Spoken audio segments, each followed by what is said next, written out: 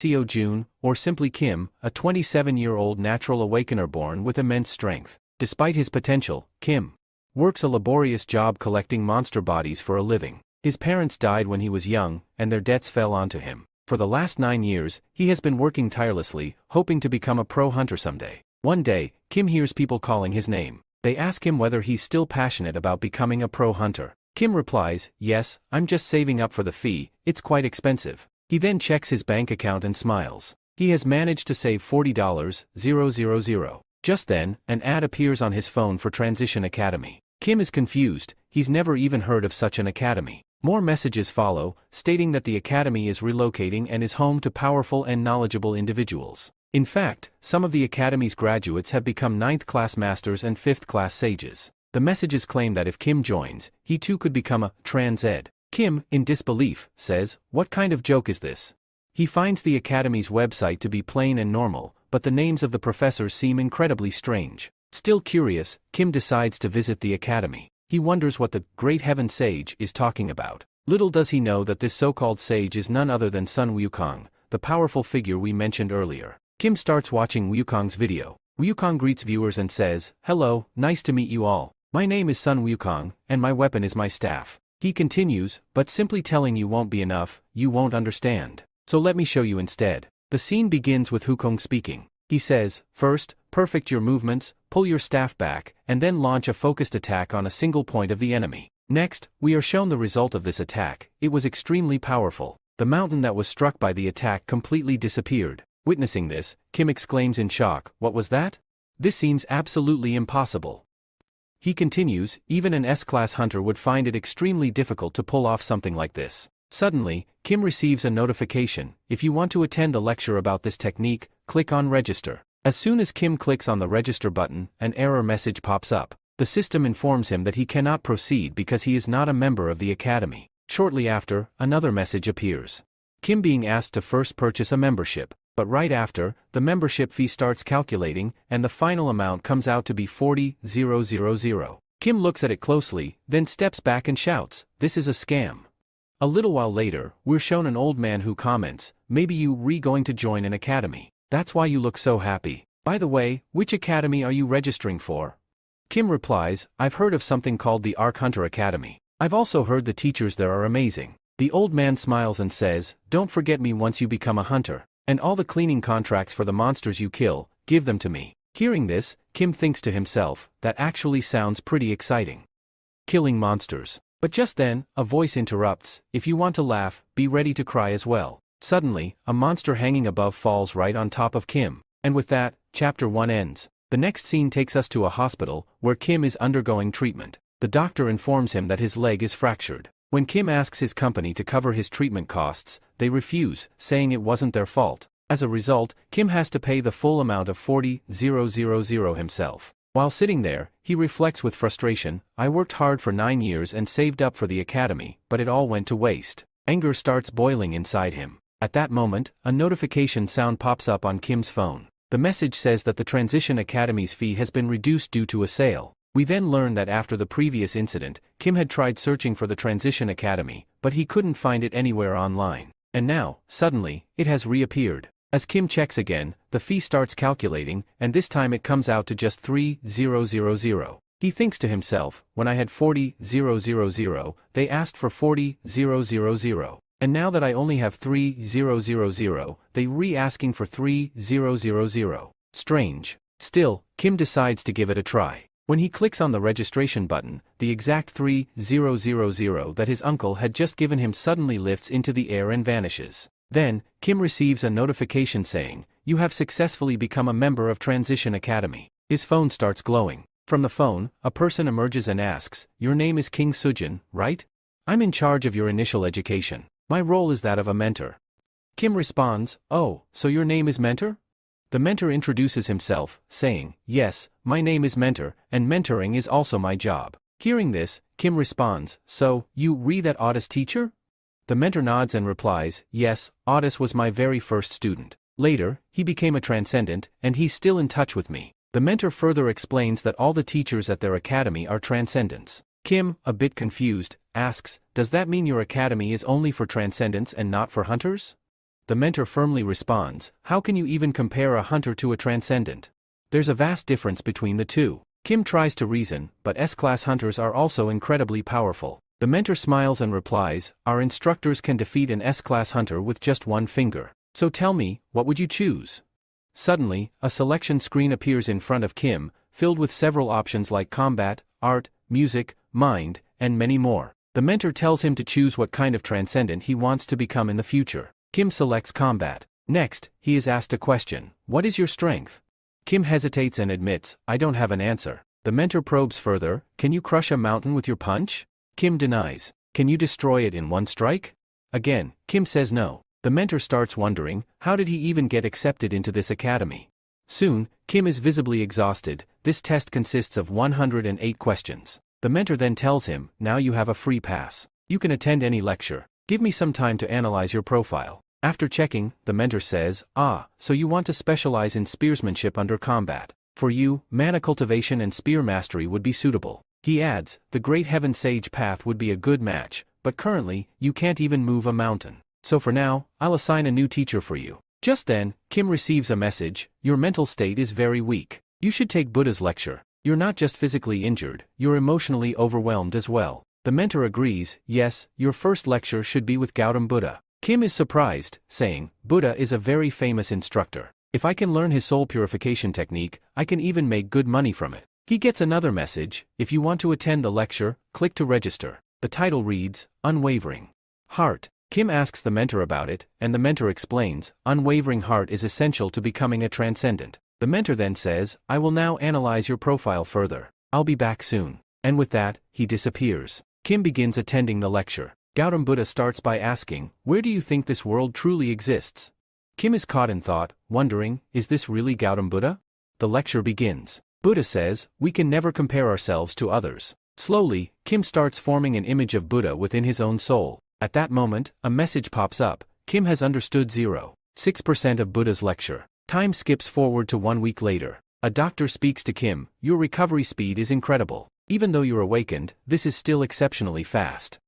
Kim is deep in thought, wondering whether what he's experiencing is just his imagination. He feels that the Buddha lecture played a significant role in his recovery. However, the doctor then tells him that if he really doesn't know how his recovery happened, he should take a week's rest. Kim agrees to this suggestion. While reflecting on everything, Kim realizes that Transaction Academy has been a pretty good deal for him. He says to himself that since he can now move his body, he can finally attend Chiron's lecture too. As the lecture begins, a character is introduced, who greets him saying, nice to meet you, my name is Chiron. We learn that Chiron is a mythical being, half human and half horse. The lecture starts with Chiron instructing, whatever I teach, you must write it down in a notebook. Suddenly, he yells, get up, startling Kim. A message pops up on the screen informing Kim that, based on his current condition, he is about to receive a specific task. A full list of daily training tasks appears. The list includes 30 kilometers of running, 1,000 squats, 300 push-ups, 300 sit-ups, 150 pull-ups. Kim hesitates,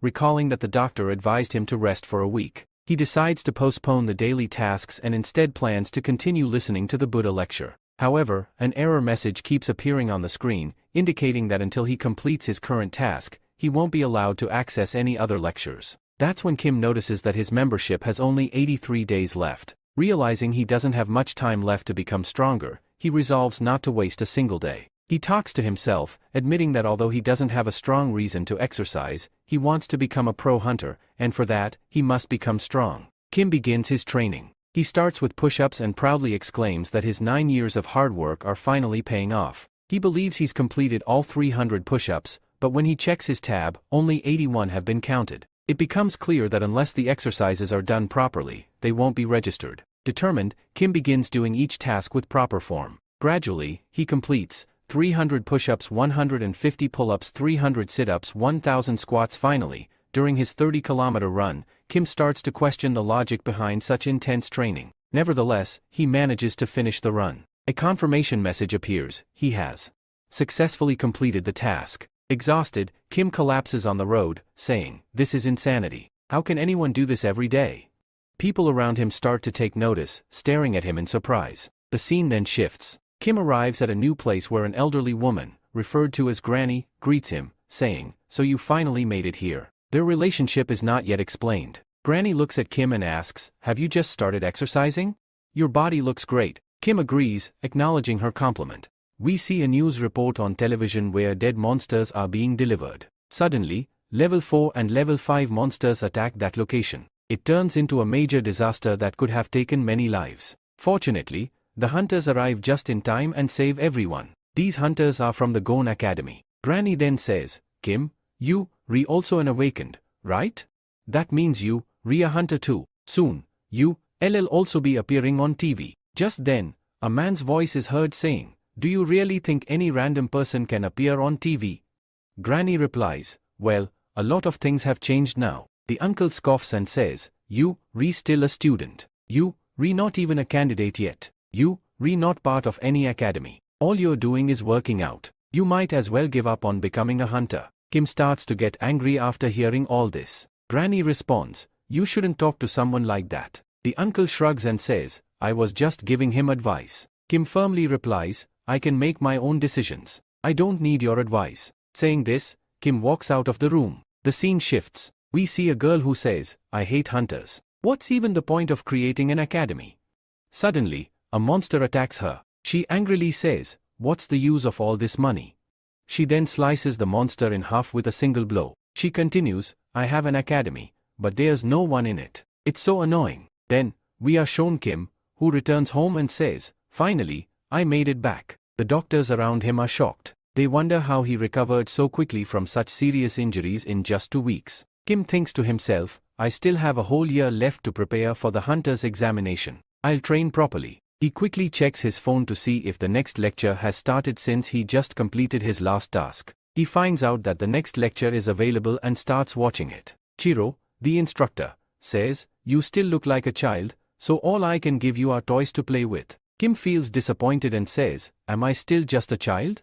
Chiro's lecture begins. He explains that although Kim has gained some abilities, to become a transcendent, the first step is to gain control over his senses. We see that Kim finishes watching the lecture and has completed 7 units of progress. The next morning, Kim's manager says, I thought you had undergone a major surgery, but you look completely fine. However, Kim is thinking to himself, I don't have any options left. I don't even have money for food. Kim sits down, worried. Right now, food is my biggest problem. Without eating, I can't attend lectures or complete my daily tasks. Then, we see an old man arrive. Kim is watching his previous lecture again, where Chiro is teaching about the 5 senses and also reveals a method to boost progress, the hidden power within, known as the 6th sense. The old man says, hey, you came back pretty quickly. Kim dodges him with impressive reflexes, surprising both of them. The old man exclaims, how did you dodge that?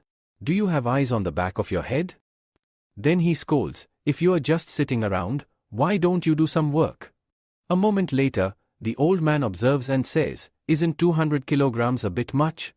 But Kim isn't affected by the weight at all. The old man is shocked, while Kim starts to feel stronger and more confident. He thinks, should I just complete my daily task now since I might not have time later? Kim tries doing a squat and checks if he performed it correctly and whether it will count. To his surprise, the screen shows that because of the heavy weight, the squat count has increased to 3. He becomes very happy. The old man yells from behind, it's break time now. You should rest too. But Kim is too thrilled and shouts, I want more weight. The old man worries, isn't that a bit too much? We then see that Kim has started lifting the remains of many monsters and using them in his exercises. He cheerfully says, this way, my tasks will be completed faster. The old man, now angry, warns, you'll end up hurting yourself if you keep doing this. Kim had a habit of completing all his tasks quickly. Every night, when he returned home, he would say, at this rate, I'll be able to finish my daily tasks quickly. However, he acknowledged that it took a bit more effort than expected. After completing his tasks for the day, Kim would double-check to see if he had missed anything, but everything was already done. That made him wonder, I've completed all my tasks way too early today, and my next lecture isn't until 10 o'clock. That's a lot of wasted time. But Kim wasn't one to waste time. He thought, why not use my free pass to attend one of the ongoing lectures? He noticed that a lecture was currently in progress. The title read, You will become so strong you could move a mountain. The instructor's name was Xiang Yu, though they simply referred to him as Xiang. Kim learned that Xiang was a GA man, Xiao Yu King, a powerful being in his own right. Kim thought, this doesn't seem too bad, and it's free, so might as well check it out. Then Xiang began the lesson by saying, "Oh, so you want to learn spearmanship?" He turned to Kim and scoffed, "Someone like you, who doesn't even know the basics, wants to learn how to wield a spear." Kim felt disheartened. He thought, he just insulted me right to my face. Some people might have gotten angry at that kind of insult, and Kim admitted that even he might have, at first. But then Xiang said, "Alright, if you really want to learn, I'll teach you. First, learn how to hold the spear. Strengthen your body. Sharpen your senses. Only then should you come back." The lecture ended abruptly, and a task popped up on the screen: swing the spear 5,000 times. Kim stared in disbelief. What kind of lecture was that? He didn't even say two proper words. Was that even a lecture? And now this task, swing a spear 5,000 times? Do all lectures come with daily tasks? Can't there be one without them? The scene then shifted to a girl, one we had briefly seen earlier, fighting. She, too, was a hunter. A man stood behind her, trying to flatter her, saying, "Because of you, all our lives were saved." We learned that the girl was a B-class hunter named Park Sunyo, though we would be referring to her simply as Sunyo. She humbly responded, "I've fixed everything, but you should still confirm once on your own." The man nodded, "All right, we'll handle the rest. You don't need to worry." Nearby, too, people were having a conversation. "Do you know who that girl is?" one asked. The other replied, "Yes, I think she's part of the Great End Sword Star. Her name is Shaun." When Kim heard the name Sword Star, he was shocked. We then got a glimpse into the past, a flashback from 100 years ago, when the first appearances of the ape-ars, likely a name for monsters or supernatural beings, began. At that time, people didn't even know about awakeners, and the monsters were far more dangerous, often roaming the streets. It was a dark era when humanity stood at the edge of extinction. Then, a man appeared, one who could slay a monster in a single blow. His name was Park Mansion. Thanks to him, civilization had the chance to grow again. He was hailed as a savior of the world and became known as a hero. A long time had passed since then. He must have grown old by now, but he remained powerful, strong enough to take on anyone in a fight. Returning to the present, Kim sighed and said, "Ugh, why am I even thinking about that? I only regret my poverty." Watching him, Shaun asked an old man nearby, "What's wrong with this guy?" The old man replied, "I don't know. He's been acting this way for weeks." Shaun walked away, muttering, "Looks like he's lost his mind." Kim finishes his workout by counting 45, 46, and then turns to the old man, saying that he's leaving the monster pieces to him. He explains that there's a deeper meaning behind all of this, something only they truly understand. The old man, however, warns Kim, saying that if he keeps doing this every day, it will eventually destroy him. Kim remains calm, but suddenly, the old man panics. One of the monsters that Shun had previously defeated starts moving again. It's still alive, and it begins advancing toward the old man to attack. Seeing this, Kim becomes deeply concerned for the old man's safety. Just as tension builds, the scene shifts. Now, we see Shun. Behind her, two people are whispering to each other. One says, "Hey, did you know she's a hunter?" The other quickly hushes him, "Don't say it so loud, she might hear you." What they don't realize is that Shun can hear them clearly. She silently listens as they question how someone who is the granddaughter of a legendary Sword Star can be so weak. We then learn that even though Shun is the Sword Star's granddaughter, the name is all she truly has. People don't genuinely respect her. She recalls how, during the hunter exam, her grandfather appeared and got her a direct pass. Since then, people constantly compare her to him. A flashback reveals Shun telling her grandfather that she doesn't want to be a hunter, she wants to become a teacher. But her grandfather doesn't listen. He tells her it doesn't matter what she wants, he has decided that she will be a hunter, and that's final. Shun laments how different her life turned out from what she had imagined. So, she decided to start an academy. But when people discovered it wasn't the Sword Star himself who would be teaching, but Shun instead, they left. Despite all her efforts to bring students in, she was ultimately left alone. The story returns to the present.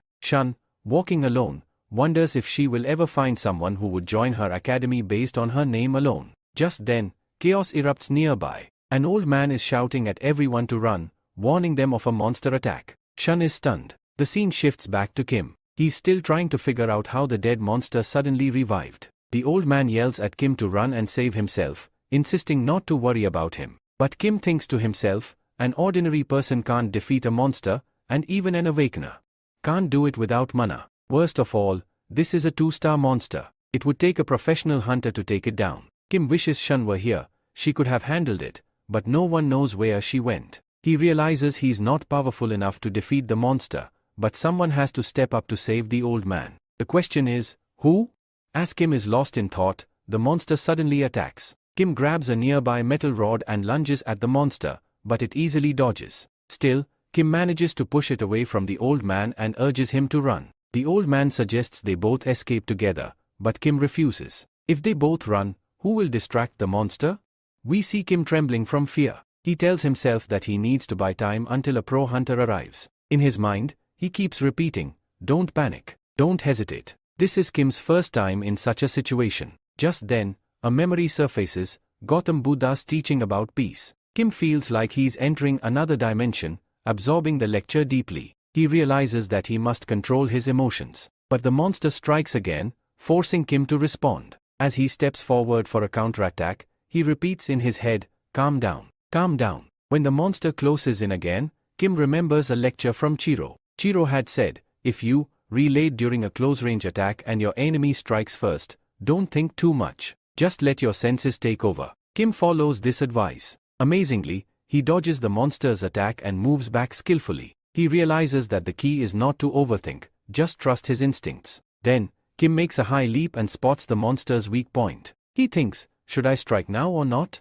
That's when he recalls something his spear-fighting teacher, Shangyu, once said. Shangyu tells Kim that during an attack, if he ever experiences hesitation, the power of that hesitation attack will be so immense that it could slice a mountain clean in half. Hearing this, Kim gains a little confidence. After all, if it's a technique capable of cutting through a mountain, then it should be strong enough for him too. Kim begins to execute the attack, and we get a glimpse of his overpowered look from the beginning of the series. He successfully launches the attack, which turns out to be incredibly powerful, so much so that it creates a shockwave. Just then, Cheyenne arrives at the scene and is visibly shocked. The monster Kim had attacked is split cleanly in two. Following this, Kim's lecture stats are shown, and we see significant progress: 10 points in Chiron's lecture, 2, 6 in Siddhartha Gautama's, and 13 in Shangyu's. Cheyenne is surprised and confused. She wonders how someone who used to just pick up monster parts, without even wielding a weapon, could manage to defeat such a powerful monster. Kim himself is a bit shocked too. But then he remembers the old man, and without saying anything to Cheyenne, he walks past her calling out to the old man. The old man laughs and assures Kim that he's fine, asking Kim not to end up in the hospital again.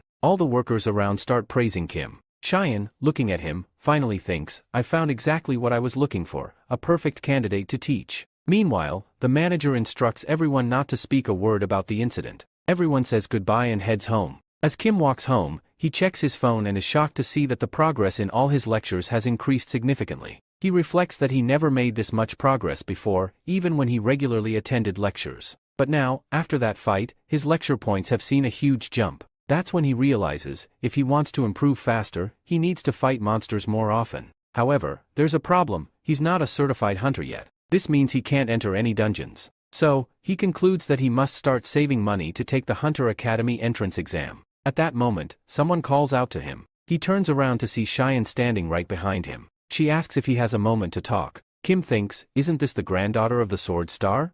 What business could she possibly have with me?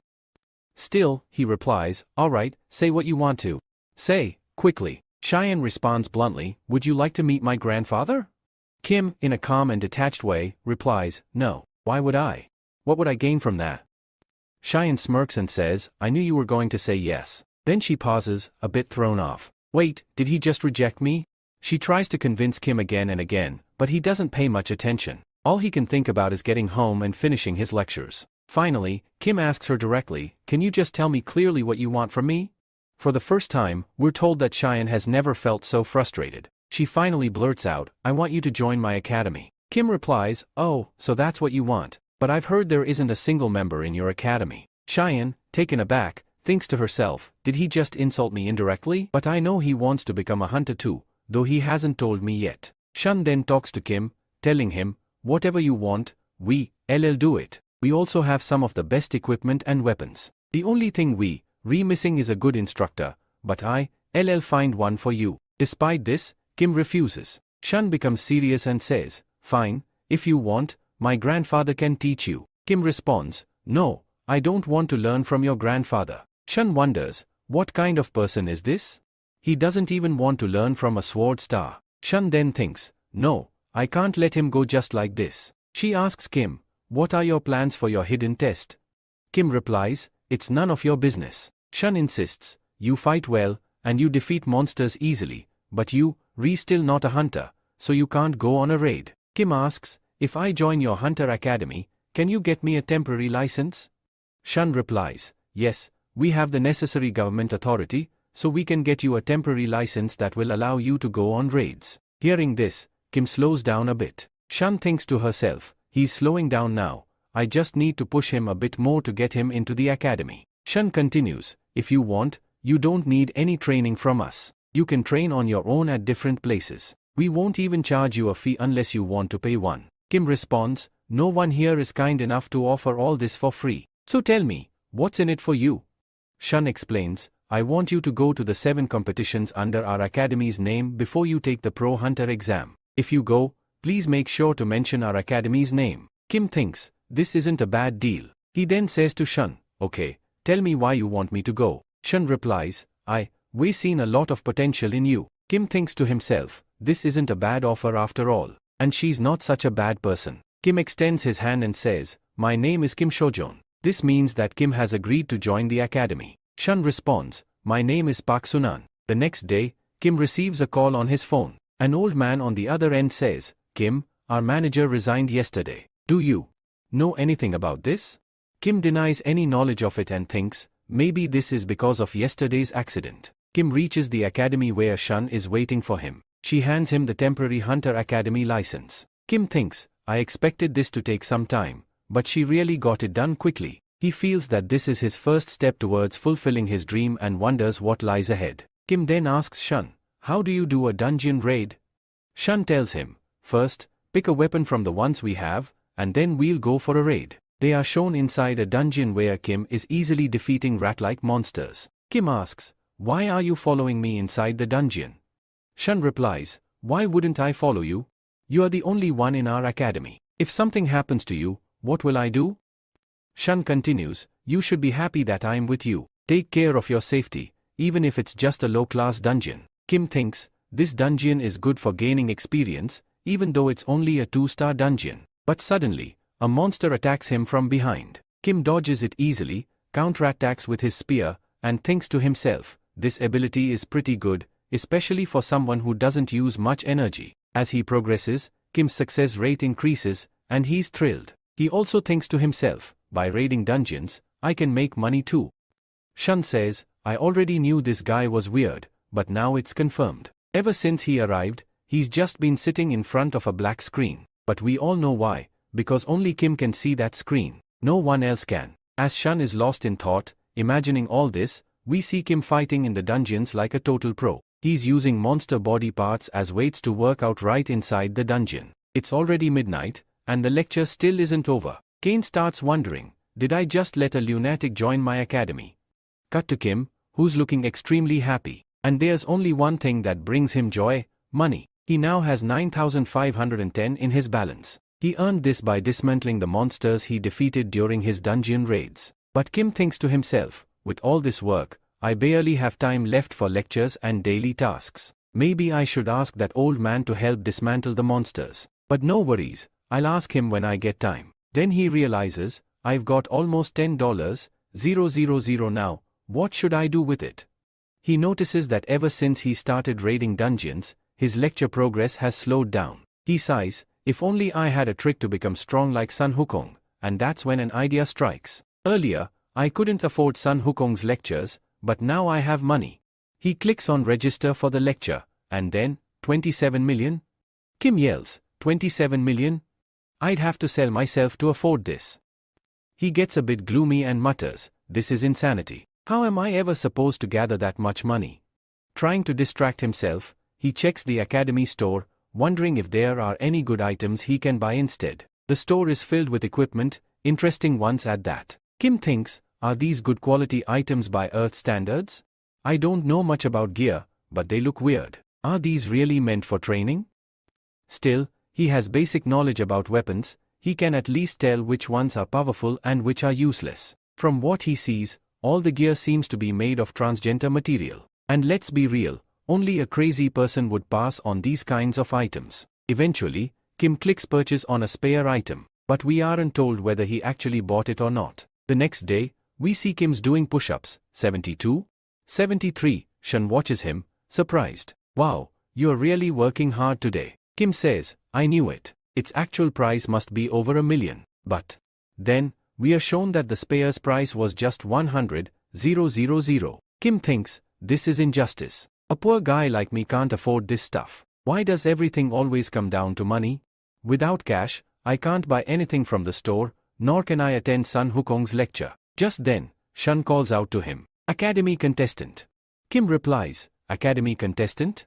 Shun nods. You must have heard about it. Kim says, yeah, I've heard a bit, but I don't know much. So, Shun explains, you just have to go there and fight your opponent. I've already submitted your name. You'll be representing our academy. Only academy-approved fighters can enter. She hands Kim a paper showing his current level. Then she explains, everyone's divided into parts, level 1, level 2, level 3, and level 4. As you grow, so does your level, and your academy privileges increase. That's why all academies send their best hunters there. Kim asks, so you want me to enter this competition and win? Shun confirms, exactly, that's the idea. Kim thinks, all competitions involve fighting. That could help increase my lecture progress too, and finally, he agrees. Shun is shocked. You seriously agreed to participate? Kim nods. Yup, after all, this is part of our deal, right? But before that, tell me a bit more about the rules. Shun says, I don't know everything, but from what I do know, you'll raid dungeons, collect experience, and eventually face a duel against another fighter. Kim thinks to himself, I've fought monsters, sure, but I've never fought another human before. Then, an idea hits him. What if I fight Shun? That would give me at least some human combat experience. Shun agrees to spar with him, but internally, she's worried. This fight is going to be totally unfair.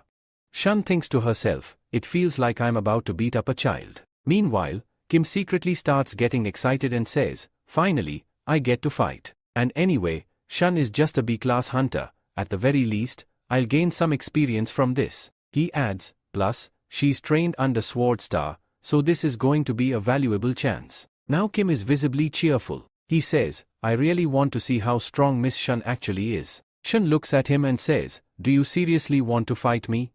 Kim confidently replies, yes. With that, both of them get into fighting stance. Kim, a little nervous, says, please go easy on me. I'm still not that skilled in combat. Shun replies, don't worry, I'll keep that in mind. In fact, I'll let you make the first move. Kim charges at her with full force and launches his first attack. But Shun effortlessly dodges it. Inside her mind, though, she's thinking, this is getting strange. He used to be much slower before. But now he's clearly faster. And even his attack style, it's changed a little. I think I underestimated him. When he fought that monster, he looked like a complete professional. She keeps analyzing. Where is he even getting this level of confidence from? He's seriously trying to fight me. Well, whatever. He might actually be a perfect candidate. Out loud, she says, fine. No matter what, I'll only need one strike to finish this. She moves in and strikes. But to her shock, Kim manages to block the attack, successfully. Even though Kim looks slightly shaken and says, wow. That was really tough. Shun, still stunned, stares at him and thinks, how did he even block that? I injected my mana into that strike. Now the scene shifts to Kim. He's changed. He smiles and says, now this. This is what a real fight feels like. We see his whole demeanor shift. His mind flashes back to his training. If your opponent is much stronger than you, don't let the thought of losing enter your head. Never believe you can't win. And now, we are watching that exact lesson come to life. Kim's eyes begin to glow. He prepares to unleash his final attack. Shun, sensing the pressure, realizes, this next attack. It's going to be strong. Then, a massive blast takes place. As the dust settles, we see Kim. He's been slammed into the wall. Shun, realizing how serious that attack was, rushes to him and asks, are you okay? Kim's mouth is covered in blood, but he replies, yeah. I'm fine. He gets up and says, looks like I lost. Shun, clearly annoyed, scolds him. Wait, were you actually trying to defeat me? She continues, you do know, right? There's a huge difference between a B-rank hunter and a candidate like you. Kim speaks here, yes, I knew it because the experience between a candidate and a hunter in a battle is drastically different. But Kim wonders, Is there really such a huge difference between a hunter and a candidate? He then thinks to himself, I need to work much harder. At that moment, a notification pops up on Kim's device, showing his progress rate, which is 0.70. Seeing this, he turns to the others and says, okay, you can do your work, but I'm going to start my training again. Shun responds, yeah, I was thinking something similar. Kim then asks Shun, on the day we don't go for dungeon raids, can you fight with me? Shun, a bit surprised, asks, you want to fight again? Kim responds, yes, I get a lot of progress from it. Shun thinks to herself, he fought before and got seriously injured, but now he's thinking about fighting again? Still, she tells him, alright, why should I worry about this? Besides, he's really hardworking. And with that, Shun agrees. Shun says, anyway, it's part of our deal. We have to do exactly what you say. And even if you beat me in the fight, I'll still pay you. Kim responds, okay, I never thought there would be a reward for winning. Shun replies, well, there's a tournament, so I'll definitely earn money from that. Kim, unable to contain his excitement, asks, how much money can I win? Shun answers, at least 1 million. Kim, hearing this, recalls his own payer's reward, which is also 1 million. He gets pumped up and asks, when is the fight date? Tell me quickly. Shun tells him, the fight is in 2 days. Kim becomes even more excited and asks, will there be sandbags? Shun responds, we don't have sandbags here. Kim, looking around, picks up a rock and says, this isn't as heavy as I thought. But he manages to lift it completely. Shun says, forget it. Let it go. I have sandbags. They, in the corner. Go pick them up and start practicing. Kim thanks Shun, and as he does, Shun thinks to herself, I don't want to see this anymore. I should leave now. Meanwhile, Kim is deep in thought, wondering, when will I go to the tournament and win the money so I can buy my spare gear? The scene transitions directly 2 weeks later. It turns out, I had mistakenly mentioned the tournament date as 2 days away, but in reality, it was set for 2 weeks later. 2 weeks later, we see a large crowd gathered, eagerly talking about the upcoming fights. They say, finally, today's going to be epic. The fights are going to be intense, and many different academies have sent their hunters here. In the crowd, the chief of one academy tells his hunters, this is the place where you'll fight. One of the hunters, wearing goggles, replies, don't make me nervous, I've seen enough. The hunter looks around and thinks, I expected fewer people, but there's actually more than I anticipated. This is starting to look pretty common now. Hunters and normal people alike are starting to wake up to this, and it's rare to see such fights, so no wonder so many have shown up. The crowd starts whispering among themselves, questioning why he's explaining everything, asking if he's some kind of explaining character. The scene shifts, and we find our main character sitting in a waiting room, lost in thought. He wonders, what should I do now? I get so nervous in places like this, especially when I'm alone. Looking around, he notices all the hunters around him wearing expensive, shining gear. He thinks, how can these muscular contestants be so confident? He realizes, of course, all the academies are sending their best professional hunters. His gaze shifts to a boy sitting off to the side, just staring at his phone. People start gossiping about him, wondering who he is and where he came from. They say, he doesn't have any gear, no good weapon. Who is this poor guy, and which academy did he come from? The goggled hunter starts to think, this guy must have been forced by his academy to enter the competition. He's just like a new student at a school who's somehow managed to find a partner. He walks over to the boy, introduces himself, my name is Lee Mingagi, and I'm also a natural awakened. The boy responds, hello, I'm Kim Seo-jun. Lee Mingagi then asks, can I sit here? Kim agrees, and Lee Mingagi observes, this guy looks just like a high school student. Can high school students even fight here? Another hunter asks another if they want to fight, and Lee Mingagi introduces the person as Jen Dchwal from Gokno Academy. Then, we get an introduction to another character, Lee Minchul from Mint Academy. These two are clearly getting upset with each other, and Lee Mingagi explains, from what I can tell, this guy is a dagger user. Kim, irritated, wonders why Lee Mingagi is explaining everything so much. He asks, aren't you here to fight? Why all the explanations? Lee Mingagi responds, I'm just curious about others' strengths. I always want to know what powers they have and how strong they are. That's why I know so much. Just then, another person walks up to them and says, can you to be quiet? There are many people here, so please, just sit quietly. The new person introduces himself as Lee Junwan from Revenant Academy. Kim notices that after this guy spoke, the whole room became silent. Lee Mingagi explains, this guy is very powerful. His academy has high hopes for him. In fact, he's already won this competition before it even started. Kim, now even more curious, asks, wait, what do you mean by that? After that, the bespectacled guy reveals that this Lee Junwan didn't want to participate in this competition, but his academy forced him into it. He then asks Kim if he knows Sword Star, to which Kim responds, yes, I know them well. The bespectacled guy says, I thought so, because there's no one who doesn't know them. He continues, the daughter of the Grand Star offered him a chance, but Lee Junwan rejected it. After that, it seems like they had some fallout. Kim, however, says, that can't be the real reason. But Lee Junwan, visibly angry, speaks up, why do I even have to participate in this competition? If my uncle hadn't forced me, I would never have entered such a lousy tournament. If I'd known this before, I would have just accepted that girl's proposal. He's talking about none other than Shun here. Lee Junwan is also thinking to himself, why did I reject her offer? His gaze then shifts to Kim, and he thinks, who's this poor kid who's showing up here?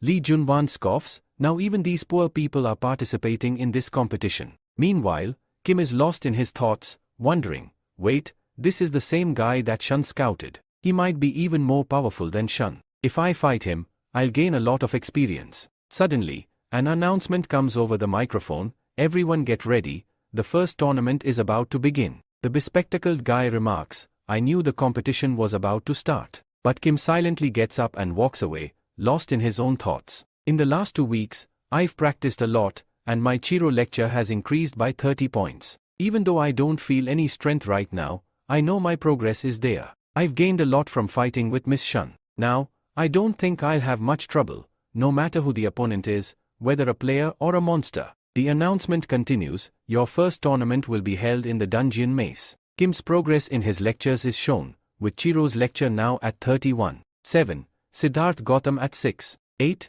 and Xiang Yang's lecture at 33.4. The competition is broadcasted live, with the audience watching intently. A cameraman calls out to his partner, Shunbei, come here and help me record this. Shunbei, while walking, accidentally bumps into a girl and immediately apologizes, sorry, I bumped into you. The girl smiles and says, it's okay, no problem. Shunbei then asks the cameraman, why did you book this corner seat? The cameraman replies, do you know that girl? Shunbei, still puzzled, says, I don't know her, but she looks familiar. He quickly changes the topic, forget about that, what's going on with the first tournament? The cameraman explains, the first tournament is a dungeon maze. Hunters can't attack each other, but there are monsters inside the maze. Hunters can defeat these monsters and collect clues to easily exit the maze. But no matter how powerful a hunter is, if they lack intelligence, they'll never make it out of the maze. Luck won't help anyone here. We then see all the hunters fighting monsters, defeating them, and collecting clues along the way. After that, the scene shifts directly to Lee Junwan, who is attacking monsters with powerful moves. We then see a group of people in the audience, discussing the situation. One person says, what kind of hunter is this? I don't think he's a candidate because his movement speed is way too fast. How can anyone be this fast? Another responds, his name is Lee Junwan, right? He's an incredibly powerful hunter, and I know he's going to be the winner of this competition. Next, we see a girl, who is none other than Shoni. She starts speaking, that's Lee Junwan. What is he even doing in this competition? But then she catches herself, thinking, wait, I shouldn't speak so loudly. If I do, all the attention will be on me, and they'll figure out that I am the granddaughter of the famous star. That would make it impossible for me to stay here or even enjoy the show properly. Meanwhile, Sean Kim is thinking, I wonder what Kim is doing right now. The scene shifts to Kim, who is pondering, what if these monsters can break through the wall and get in? Kim then decides, I need to follow the usual plan, find and eliminate the monsters. He adds, if I strike this wall twice, it will break. Kim is standing in front of 3 paths and starts to think about which one to choose. He considers, the easiest way would be to stick to the wall closely so I can quickly make my way outside. But then, Kim's eyes start to glow, and he wonders, what is happening? This feels strange. I was thinking of going left, but something tells me to go the opposite direction. Kim recalls, Could this be the sixth sense I read about in Sean's lecture? Is it guiding me to the right path?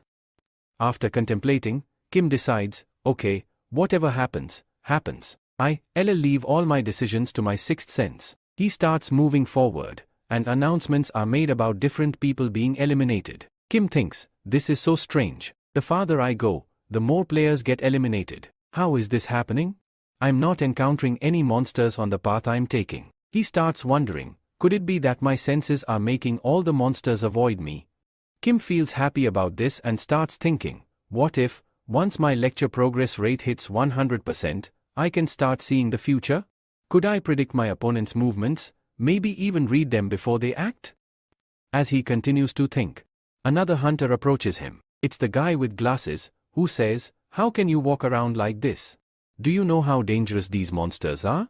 You need to be more careful and pay attention. Kim replies, I understand, I know what to do. The glasses guy continues, you were walking so confidently, but do you even know where this path leads? Kim responds, I have no idea where this path goes. The glasses guy is shocked, you don't know, and you, still walking down this path? How can you be so calm in such a dangerous situation? He then says, forget it, I know the way through all the danger. Follow me, and I'll get you out of here. And thus, the adventure continues. After that, the guy with glasses says, do you know about the left hand and right hand rules?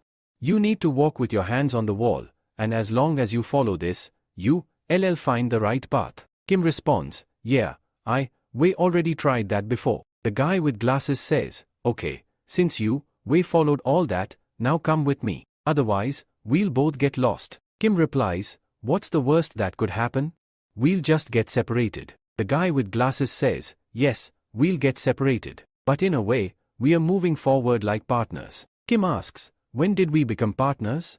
The guy with glasses explains, I came into this competition alone, and I saw you were also alone. So, if you look at it that way, we are kind of like partners. Kim says to him, so that's why you were talking to me in the waiting room. The guy with glasses says, I think all weak hunters like us should stick together. Kim, a bit shocked, thinks to himself, am I weak? Why did I never think I might be weak? What's wrong with me that others think I am weak? The guy with glasses then says, I think you are really hardworking, and because of that, I want to show you something exciting. He pulls out his phone and shows a picture of his little sister. Look, this is my sister. Isn't she cute? Kim responds, yeah, she's really cute. Kim says, okay, I've seen her. She's cute. Now, I'm leaving. But then, the guy with glasses grabs Kim's feet and says, please, take me with you too. Kim, frustrated, thinks to himself, how can someone be scared of such small things? The guy with glasses says, there's a lot of danger here, so we should never separate. Kim thinks, we are both young, and if we are enemies, how can we walk together? He tries to refuse and says, anyway, you've got your little sister and your parents to cheer you up. The guy with glasses then says, my parents aren't here anymore, they've passed away. This makes Kim remember that he's alone too. He lives alone, with no one by his side, and he too is all alone in this world. Kim feels bad for what he said earlier and thinks to himself, why did I say that? The mood has completely changed now. The guy with glasses apologizes, I'm sorry, I shouldn't have said that. Kim replies, no, it's fine, we are partners now, so let's stick together. Kim then tells him, follow me quietly. I'll get you out of here. Kim says, I'll take the first prize, but you can take the second and third. The guy with glasses protests, I didn't say I'd follow you for this. Why are you walking so fast? As they walk, the guy with glasses thinks, what kind of hunter is this, who's not even scared? What if we get attacked by a monster? Kim stops in front of a wall and starts touching it. The guy with glasses asks, what are you doing? Kim replies, there's something wrong here. As he pushes the wall, a door opens, and it's not just any door, it's the way out. The guy with glasses is completely shocked by Kim's ability. Suddenly, an announcement is made, revealing the winner of the first round has arrived. The crowd starts talking, as barely half an hour had passed since the tournament started, and the first winner had already been determined. Everyone wonders, could it be Lee Junwan? Who else could have gotten here so quickly? Shun also wonders, could it be him?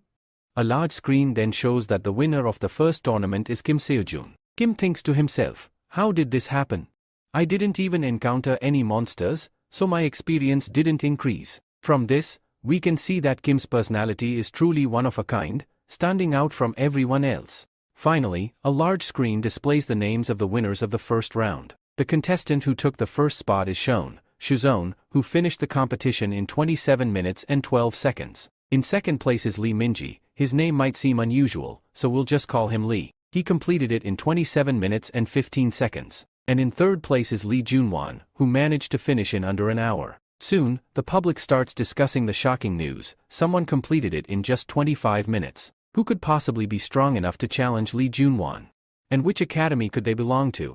One person speculates, I think this person might be from Dream Academy. Another replies, I've never heard of that academy before, but yes, it's true that our first place winner belongs to Dream Academy. Another person adds, I thought the winner would definitely be Lee Junwan, but no one expected Kim to take first place. Meanwhile, Kim is frustrated with all the noise, making it hard for him to focus on his lecture. Then, Lee Junwan suddenly stands in front of Kim, and Kim wonders, why is he staring at me so much?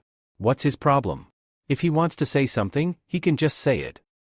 But we see that Lee Junwan is visibly upset, glaring at Kim. He turns away, muttering, I thought it was just luck that got him here. I didn't think this was real. Other hunters around him are also angry, thinking that Kim's win must have been due to luck. One of them adds, it's unbelievable that someone from an unknown academy could win first place. I'm angry about it, but honestly, I can't help but feel frustrated with myself as well. However, Kim doesn't care. He simply says, alright, my lecture is finally over. A moment later, someone walks in and announces, listen carefully. I'm about to explain what's going to happen in the second tournament. He goes on to explain that the second level is a duel challenge, a one-on-one fight. You'll have weapons, but you can't inject mana into them. However, you can use mana on your body. If someone gets too injured, they won't be able to continue the fight. Kim listens to all this, thinking, when will it be my turn? Who will I fight against? The person who was explaining then says, if no one has any more doubts, I'm leaving now. At that moment, a hunter asks, can I leave now? I need to go. Kim starts to wonder, can someone just leave like that? The scene then shifts to Xian, who is thinking to herself, finally, I got away without anyone finding out about me. Just then, a voice calls out from behind, how could this happen in the first round? You said there were 32 members in the first round, but how are we already in the semi-finals? The counter guy responds, sorry, but all the hunters dropped out. Miss Xian is right. Xian wonders, is there some gambling going on here? The counter guy then announces, everyone should give up now. The winner will be Lee Junwan. Just then, someone steps forward and says, I'll bet $1 million on Kim Shuzone. Everyone around is shocked, asking, are you really going to do this? You don't even know where Kim Shuzone is from, or about his academy. Are you sure you want to bet this much? Xian is standing behind, thinking, who is this person willing to bet so much money on Kim Shuzone? Meanwhile, Kim feels the pressure and thinks, how did this happen? This is getting out of hand. After that, we are shown a scene from earlier where a guy is saying, I need to get out of here. I don't want to fight anymore. This makes Kim start thinking, can someone really leave in the middle of everything? At that moment, Glasses, Chashmish, chimes in, saying, of course, it's common knowledge that you can leave anytime. The main reason behind this is Lee Junwan, who doesn't care about his opponents at all. He fights them as if he's aiming to kill them. Because of this, many people start saying that they want to quit and leave. Then it's said that no matter how strong a fighter is, or how much they keep advancing by fighting, they know that in the end, they will have to face Lee Junwan. No one wants to get beaten up in such a brutal manner by him, which could ruin their dreams. And after that, many people start leaving, saying they don't want to continue or play further. We are told that all the members have left, leaving only 5 contestants remaining. And those 5 are none other than the 2 guys who were fighting from the start, Lee Junwan, Glasses, and Kim. Next, there's an announcement. The first match is going to be between Kim Shuzon and Jang Dakchul, and the second round will be between Lee Junwan and his opponent, Glasses, whose real name is Lee Ming. Kim thinks to himself that since his match is first, if he wins, he'll go straight to the finals. Meanwhile, Glasses starts crying. Kim makes fun of him, asking, how can you cry like that? Glasses replies, how can you make fun of me? You should know my opponent is Lee Junwan. But Kim encourages him, saying, your match hasn't even started yet. How can you decide whether you've won or lost already? But Glasses keeps saying, I know I've already lost because I'm facing Lee Junwan. Then he tells Kim, you can leave if you want, but Glasses refuses to leave. Another member arrives and tells Kim to get ready for his fight. Kim casually responds, you don't need to panic so much. No matter how strong your opponent is, never accept defeat. You should use all your potential till the very end. Glasses then asks, how can you be so calm? Kim smiles and says, I'm excited to see how much experience I'll gain from this fight. There's a commentary that says, please remain seated. The weak contestants have already left the arena, and only 5 strong contestants remain. The upcoming fight is going to be very exciting. So keep your eyes fixed on the fighting arena. And then, the first contestant, Kim Suzon, is introduced. The second contestant is revealed to be the same guy with the hammer, who tells Kim, your luck in the dungeon was just a fluke, but your luck won't work here. Now you are facing a strong opponent, Jang Dakchul. Jang Dakchul says, should I call you lucky or unlucky? You were lucky to win the first round, but now your second round is with me. Kim, in return, subtly insults him. Then the announcement comes that the second round's first match has begun. As soon as this happens, Dakchul rushes to attack Kim. Kim doesn't react at first and just smiles. The scene shifts, and we see Glasses thinking about what Kim might be doing in his fight. Is he injured, or is he still fighting? But then he notices Lee Junwan staring at him angrily. Glasses thinks to himself, maybe I should start thinking about myself before Kim, because Lee Junwan looks furious, and whenever I see him, he's always angry. Then Glasses remembers what Kim said, if you don't want to leave the match, you must fight until your last breath, never stop fighting until you win. Glasses thinks to himself, I'm not afraid of big academies like Dream Academy. It's the backing of their academy that's terrifying. We from the lower academies stand no chance against them. Both Lee Junwan and Glasses are completely shocked as something miraculous happens, and the entire arena goes silent. The announcement comes, the winner is Dream Academy's Kim Suzon. It's said, this wasn't even a long fight, just one attack, and we already have our final contestant who defeated his opponent in the blink of an eye. We see Kim standing in front of Jang Dakchul, and Lee Junwan remarks, what are they even doing? This is childish, how did they end the fight so quickly? Meanwhile, Glasses stands up, ready with his sword, and says, I'm going for the next round. Lee Junwan looks at him angrily. A flashback shows Jang Dakchul attacking Kim, but Kim easily dodges it. Commentary explains that Dakchul has a lot of stamina and power, but Kim also shows that he's not just relying on luck, he's got some serious power of his own. In this moment, Dakchul is internally thinking, I attacked him relentlessly without pausing, hitting him with so many moves, but he's dodging them like nothing. How long will this continue? When will he finally get tired, and when will I be able to defeat him?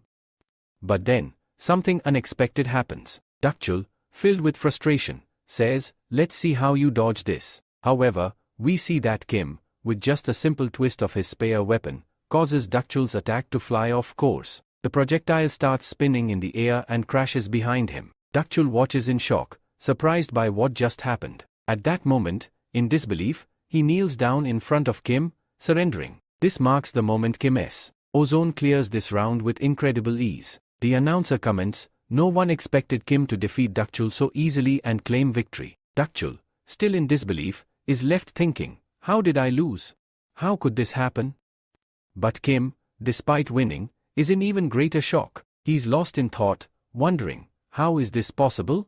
I thought my progress would have increased significantly, but my experience barely went up. In some areas, it's hardly increased at all.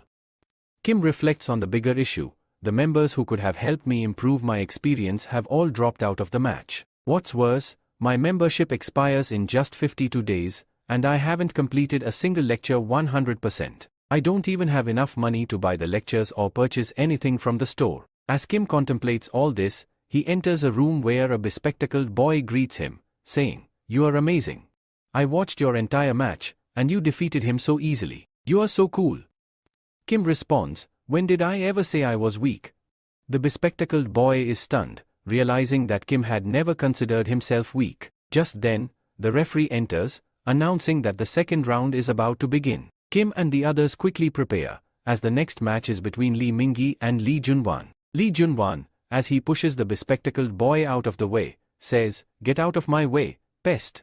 The boy, anxious, turns to Kim and says, I told you, hunters like them don't respect us at all. The two then have a conversation, where the bespectacled boy expresses his gratitude, saying, I am really glad to have met a friend like you. Talking to you gives me a lot of positive energy. I hope to become as strong as you one day. Kim responds, do your best. The boy nods, saying, I'll give it my all. As the two step into the arena, Li Mingyi reassures himself, muttering, I can do this, I can do this. Meanwhile, Li Junwan, visibly irritated, growls, what are you mumbling to yourself?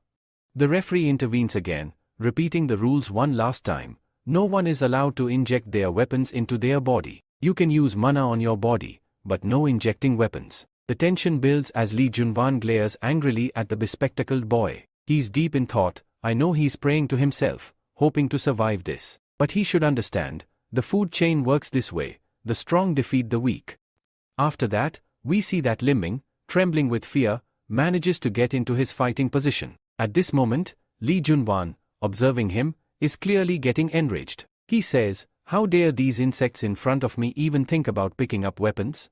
This first round was only won by luck, but now I am going to show him his true place. He then turns to the referee and says, hey referee, when are you going to start the match? The referee replies, I can't start until I get orders from above. But just then, an announcement is made, and it's declared that the second round of the tournament has begun. As soon as the match starts, Li Junwan launches a powerful attack, which the spectacled guy barely manages to dodge. From the look of things, it seems like he's not doing well at all. His glasses fall off, and blood starts to flow from his mouth. The spectacled fighter, now on his knees, looks defeated. Li Junwan, seeing this, asks, is the match over? Has my opponent given up? But the spectacled fighter replies, it doesn't matter who wins or loses. I'm no match for you. But I wanted to do something that would make my sister proud of me. I want to be as strong as Kim. At that moment, a surge of confidence fills the spectacled fighter. He says to himself, like Kim did, I'll show everyone I can do it too. He gets back into fighting position, determined. He thinks, I just need to land a hit, even if it's just a finger. I'll do whatever it takes. The spectacled fighter goes for the attack and gets very close to Li Junwan. But suddenly, the scene changes. We see the spectacled fighter lying flat again. An announcement declares, as expected, Li Junwan has won this round. The crowd cheers, and whispers spread that Li Junwan is truly the powerful one, despite Li Ming's attempts to show off. But then, something surprising happens. Li Junwan, whose face is now bleeding with a small cut, looks shocked. He wonders, did he really get that close to me? People's perspectives on the match change. Previously, Li Junwan was seen as a cool fighter, effortlessly defeating an opponent. But now, whispers start about how an elite hunter, like Li Junwan, could be wounded by someone like him. Angered, Li Junwan thinks, how did this bug even manage to land a hit on me? How did he cut me? How did a mere insect dare touch an elite hunter like me? He then turns to the referee and says, I'm not continuing this match anymore. The referee asks, what does that mean? Just then, Li Junwan attacks the spectacled fighter again, saying, people like you don't belong in this tournament. This is why our tournament is ranked so low. The referee announces that the match is officially over. If you don't stop now, we'll have to take action. Li Junwan, still furious, replies, I've already quit the match, so whatever I do from now on doesn't count in the rules. At this point, the spectacled fighter is unconscious, but Li Junwan still kicks him in the face, saying, insects like you are only good under our feet, the elite hunters. But just then, Kim suddenly appears and attacks Li Junwan. Kim says, I've been waiting for this final match, but I've changed my mind. I'm going to fight you right now. Kim adds, people like you deserve nothing but a beating. He then tells Li Junwan, get out of my way. Li Junwan, now confused and slightly intrigued, asks, what do you mean by that? Kim says, move your foot off its face, Li Junwan, to which Li Junwan replies, oh, so you are talking about this thing? Fine, if I don't do it, what will you do about it? Kim then attacks Li Junwan, who steps back. Kim lifts Li Ming and asks, are you conscious? Can you get up, or will you just stay here? Li Junwan responds, it feels kind of good, doesn't it? Seeing two bugs together for the first time. Kim asks, do you like it when someone looks down on you? He then continues, what's wrong with people like you? How can you treat anyone like this? Li Junwan retorts, you don't know how it feels? Bugs should stay in their place, know your worth. Kim scoffs, so, you think those below you shouldn't have the right to dream?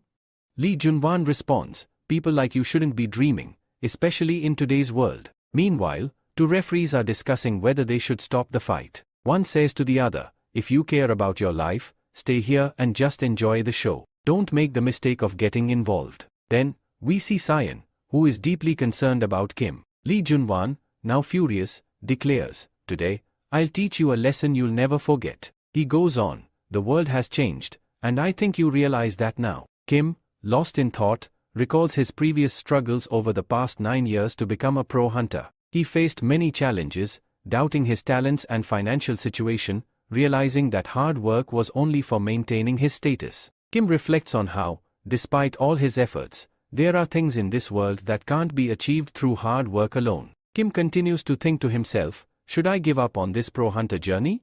Maybe I've already lost before even starting. Then he tells the referee, take Lee Ming away from here. Kim turns to Lee Junwan and asks, now, what do you want to do? Kim, with a cold expression, says, you can't disrespect anyone like that. Without warning, Kim attacks Lee Junwan, but the referee tries to stop him, saying, Kim, you can't do this. It's against the rules. Kim ignores him and keeps advancing. Lee Junwan, however, barely reacts and, with his devilish smile, mocks, you're a real comedian. He easily blocks Kim's attack with his sword. Kim, looking furious, says, you're the lowest here. Lee Junwan counters with a forceful attack, pushing Kim back and charging at him at incredible speed. Kim is taken aback by his speed, shocked by how strong Lee Junwan truly is. Kim begins to think, he's even stronger than I imagined. No wonder everyone praises him. When I fought with Dakchul, I thought I'd win the tournament easily, but now, facing this guy, I'm not even sure I can stand a chance. Kim shakes his head, no, I can't think like that. I don't even have the luxury of a life like his. But I need to let my senses guide me in this fight. At that moment, Kim launches an attack on Lee Junwan, surprising him. But Lee Junwan quickly recovers, pushing Kim back. A referee steps in and says, what are you two doing? Didn't I tell you to just enjoy this fight and not make things worse? Lee Junwan, now enraged, snaps, keep your mouth shut. As the tension rises, Lee Junwan silently thinks to himself, I'm so powerful that no one can stand against me, but when I look into Kim's eyes, something feels off. Why does it feel like he's the one with the real power here? Maybe I've become the bug in this fight.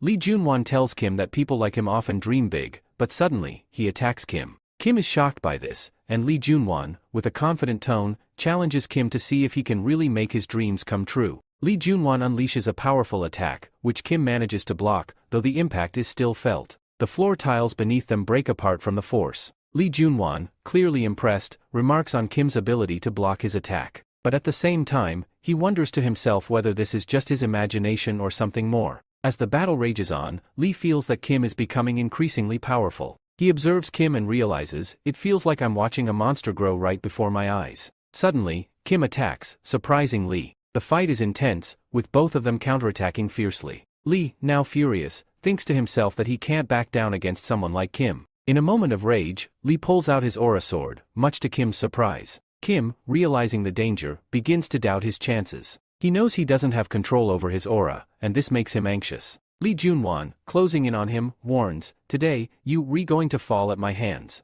Two referees try to intervene, urging Lee to stop, but Kim is considering whether he should just run away. His mind tells him to flee, but he doesn't want to abandon everything he's fought for. As the situation escalates, Kim recalls a lesson from Chiron, his mentor, who had told him, you must never jump into a fight halfway through, because the outcome is always clear. Chiron also shared his fear of making a wrong move and expressed his desire to face every challenge head-on. Kim, inspired by these words, grips his weapon tightly and gains confidence. Chiron's teachings resonate with him as he remembers, you'll only win if you combine your power and will to fight. Kim then begins to harness Chiron's power, the power of the uproot, a spirit that dominates everything around it. With this newfound strength, Kim attacks Lee Junwan. Both Kim and Lee, now enveloped in their own aura, prepare for a massive clash. The resulting explosion of power shakes the stadium, sending shockwaves that even reach outside. Spectators wonder why there's so much smoke and why they can't see anything. As the smoke clears, the shadows of both fighters emerge, but when the dust settles completely, Lee Junwan is on the ground, and Kim stands victorious, though visibly exhausted. Lee Junwan is severely wounded, his mouth bleeding heavily. Kim, having won the tournament, is cheered by the crowd, who chant his name. Meanwhile, Cheyenne, observing from the stands, is shocked. Just a few weeks ago, Kim could barely withstand an attack from an aura sword, yet now he wields one himself. Who is this Kim, she wonders. Suddenly, a voice behind her says, this is impossible. It's the masked man who had placed a bet on Kim, and Cheyenne recognizes him immediately. Confused, Cheyenne wonders why this man is so shocked by Kim's victory. After all, he had bet on Kim winning. As Cheyenne turns around to confront him, the masked figure vanishes, leaving her puzzled. The scene shifts to Kim, walking away from the arena, looking downcast. A few moments ago, he had been disqualified from the match for breaking the rules, but the situation is unclear. Kim reflects on the rules that had been set from the start, understanding why he was disqualified. Then, the bodyguard informs him that Lee Junwan was also disqualified for breaking the rules, as he had used his aura sword, which could be considered an attempt to commit murder. The bodyguard also reveals that the association has banned Lee from taking the professional hunter exam for 5 years. We're told that Lee Junmin ranked first. The second position went to the guy with glasses, and Dokshul came in third. Then we see Kim, who says, "Well, at least something went right. My progress rate has slightly increased." Next, we're shown that Kim's lecture scores have gone up. In Chiron's lecture, there was a 15% increase, in Siddhartha Gautam's, a 5.2% rise, and in Xiang Yong's lecture, there was a solid 20% increase. Kim starts thinking, when I recall that scene, I can feel the same power surging through me again. Maybe that's why my progress rate has increased by more than 50%. Then he says, "Alright, let me check which lecture I should start next." Suddenly, a hand appears behind him. It turns out to be none other than Cheyenne. She immediately asks, "Tell me first, are you hurt anywhere? How's your body holding up?" Kim waves his arms around and says, "I'm totally fine. Didn't get hurt at all." Cheyenne breathes a sigh of relief. "Thank God nothing happened to you." Kim then apologizes to her, saying, "I'm really sorry." Cheyenne looks confused. "Sorry? Sorry for what?" He replies, "Because I couldn't win the tournament." Cheyenne chuckles. "Oh, that? Don't worry about it. You don't need to apologize for something like that. I was more concerned about you." Kim is surprised. "Why? Why were you so worried about me?" Cheyenne says, "I thought you'd be deeply depressed because you seemed really interested in the prize. But looking at you now, you seem totally fine." And just as she finishes her sentence, Kim freezes like a statue. He yells out, "No way. My money. How could I forget something so important?" Cheyenne laughs and says, "Looks like he actually did forget about the prize." She then asks, "By the way, what were you planning to do with that prize money?" Kim responds, "I was going to buy a powerful weapon. But anyway, I have no regrets now. Things turned out okay. I'd only regret it if I hadn't saved Lee Mun-chil back then. As for the money problem, I'm sure that'll sort itself out later." At that moment, Lee Mun-chil arrives and calls out to Kim. He asks, "Are you leaving now?" Kim nods. "Yeah, I'm heading out." Lee Mun-chil then says, "Can I ask you something?" Kim agrees. Lee Mun-chil asks, "Do you think I can become strong like you if I work hard?" Kim looks at him, he's still trembling a little, and says, "Honestly, it might be really tough for you. You've got talent, but the current world is extremely harsh. It doesn't let hunters grow easily." Then he adds, "But don't get too demotivated. Maybe you're not meant to be a hunter. Maybe you're better suited for something else, something you're a real expert in. So don't be disappointed." Lee Mun-chil laughs. "You've got a point. Anyway, I just came to say goodbye. Didn't mean to ruin the mood." As he walks away, Kim calls out, "Never let yourself feel depressed. And never think you can't do what you want to do. People will keep saying things, but don't let that demotivate you. There's no such job in the world that you can't become an expert in. But for that, you'll have to work really, really hard." Hearing that, Lee Mun-chil gets emotional and says thank you to Kim again. As Kim turns to leave, Cheyenne speaks up from behind. "I didn't think you had this side to you." Kim replies, "I never involve myself where I'm not needed." Cheyenne laughs. "How cool is that? Now you even have your own fan." Kim says, "I think you need a better student, not a fan." Then he adds, "I'll look for opportunities to make our dream academy a more well-known name." Cheyenne is pleasantly surprised. Did he just say, "our academy"? She thinks, and she's visibly happy. She says, "You've worked really hard, so I'm going to get you a weapon." Kim's eyes widen. "Wait, seriously? You'll get me a weapon?" Cheyenne nods. "Of course. My grandfather owns a full workshop. I'll get you one from there." Kim jokes, "Then I'm going to pick the most expensive one." The scene then shifts to a different place, where one man is asking another, "Is the headmaster here?" The second man replies, "Yes, he's here, but he's meditating and doesn't want to be disturbed." But the first man insists, "I have urgent news. I must speak with him." He rushes past the gate, enters, and sits down. We finally see his face, and he says, "Headmaster. It's me, Siam Chul." After that, we're introduced to a character named Siamungchul, who happens to be very close to the Sword Saint. Now, the person who was meditating suddenly speaks up. He says, "Didn't I make it clear that no one should disturb me here? Should I take this as a sign that you re-ignoring my words completely?" As he says that, he starts releasing a terrifying amount of aura. He adds, "So you've started ignoring me now?" Siamungchul, barely able to move, speaks with difficulty, "This pressure. I can't even lift a single finger." He then mentions, Lady Cheyenne recently participated in a tournament. Hearing this, the meditating person is stunned. His aura gradually begins to calm down. He asks in disbelief, "The academy tournament? How?"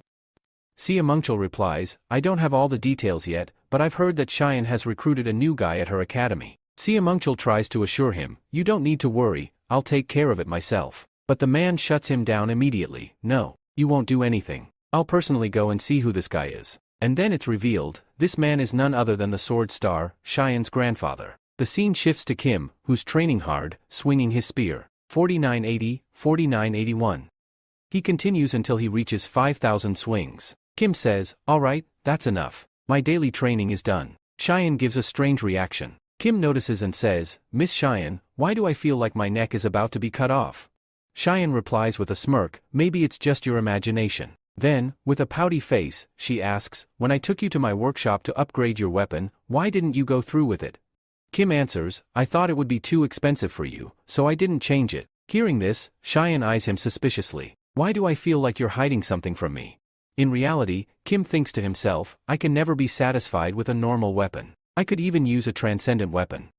But this thought makes him feel down. We also find out that the spear's price has jumped from 1 million to 1.2 million. That's a full $20,000 increase. Kim sighs internally, "Looks like I need to work even harder now." Cheyenne says, "I already gave you a chance to upgrade your weapon, but you didn't take it. Don't expect me to offer it again." Then she asks something she couldn't earlier, "By the way, what type of mana cultivation do you use?" Kim is taken aback. "Mana cultivation? Since when do I use something like that?" Cheyenne explains, "Mana cultivation helps you control mana more efficiently. When I saw you fighting that monster, I could tell you had excellent control over your mana. And during that arena fight, the way you handled your mana was definitely not normal. It must be some high-level cultivation technique. I've never seen anything like it before." Kim is shocked. "I've never even learned mana cultivation."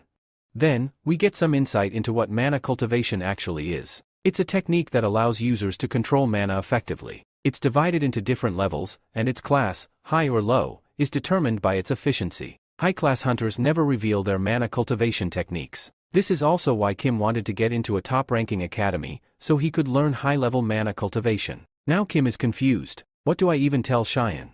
Cheyenne, on the other hand, thinks, is it really that complicated? Anyway, if he doesn't want to tell me, I won't force him. She brushes it off and says, "Alright, continue your training. I've got to go somewhere." Kim asks, "Where are you going?" Cheyenne replies, "I've got some work outside." Kim smirks, "You have work?" That's a surprise. Cheyenne glares at him, "Do you want to get smacked?" Before leaving, she adds, "Make sure you lock all the doors and windows when you leave." Kim nods, "Got it. I'll take care of it." But he's wondering, what's up with this mentor of mine? Why hasn't he shown up yet? Referring to the mentor we saw in the previous episode. Then we cut to Cheyenne again, who's blushing and muttering to herself, "Am I really that free? Do I seriously have nothing better to do?" A little later, Kim attends a lecture where he learns about mana. The lecture explains, mana is bound by laws. And the one who breaks those laws, who stands against them, that is true mana. The one giving this lecture is none other than the Archmage Merlin. Merlin explains, if you truly learn how to control mana, you'll be able to command it at will. Kim, overwhelmed, thinks to himself, if this continues, I might just lose my mind. This lecture is unlike anything I've ever experienced. After that, Merlin says, "For now, your lecture ends here." Kim looks surprised and says, "What? The lecture ended already?" And just then, right on cue, the one who was supposed to arrive, does. We then see that Kim's daily task has returned. It tells him that now he must accumulate and manifest mana. Kim begins practicing and sits down to meditate, trying to sense the mana around him. In his mind, he thinks, "Thank goodness for Chiro. He sharpened all my senses. Now, it won't be as difficult to control my mana anymore." But then he mutters, "This is still really tough. I can feel the mana, but I just can't shape it." Soon, he starts recalling parts of the lecture. It had explained that mana physically connects your brain to mana itself. The images you imagine during this process create a connection to your world, and when that link is established, the mana you revisualizing becomes real and starts acting according to the laws you imagined. Suddenly, Kim is shocked. So this is a mana orb? But then he thinks, I don't think this counts as part of the daily task. and on top of that, Merlin's probably wondering what kind of bizarre mana I've manifested. Even Merlin is watching from afar, puzzled. Meanwhile, Kim is still thinking, as I keep moving forward, maybe my mana will continue to evolve and grow stronger. But then, Sword Saint arrives. He walks up and says, "Hey, you there. Listen up." Kim turns around and asks, "Who are you?" "Don't tell me, you, the Sword Saint?" The man replies, "I came here to see what kind of student has joined my granddaughter's academy." Then he looks at the orb in Kim's hand and says, "If I'm not mistaken, that's a mana orb. And somehow, you've already learned to condense mana this quickly? That's incredibly difficult to pull off. But looking at you, you've done it effortlessly. You're clearly talented. But it makes me wonder, what is a student this gifted doing at Shun's academy?" He begins overthinking things and mutters to himself, is he planning to use Shun somehow? At that moment, Sword Saint releases his aura. He turns back to Kim and asks, "Before anything else, who are you?" Kim replies politely, "My name is Kim Seojun." Then he adds, "I'm guessing you came here to meet Miss Shun, but unfortunately, she left a little while ago for some business." Sword Saint is stunned. Did he just say Miss Shun? He glares at Kim and says, "Then tell me this, how are you still standing?" Kim, confused, asks, "What do you mean?" Sword Saint explains, "I just released a tremendous amount of aura. Even an S-class hunter would have been paralyzed by now, but you look completely unaffected." Kim thinks to himself, maybe it's because of my unwavering heart. Sword Saint continues, "Then tell me, what's your objective for being here?"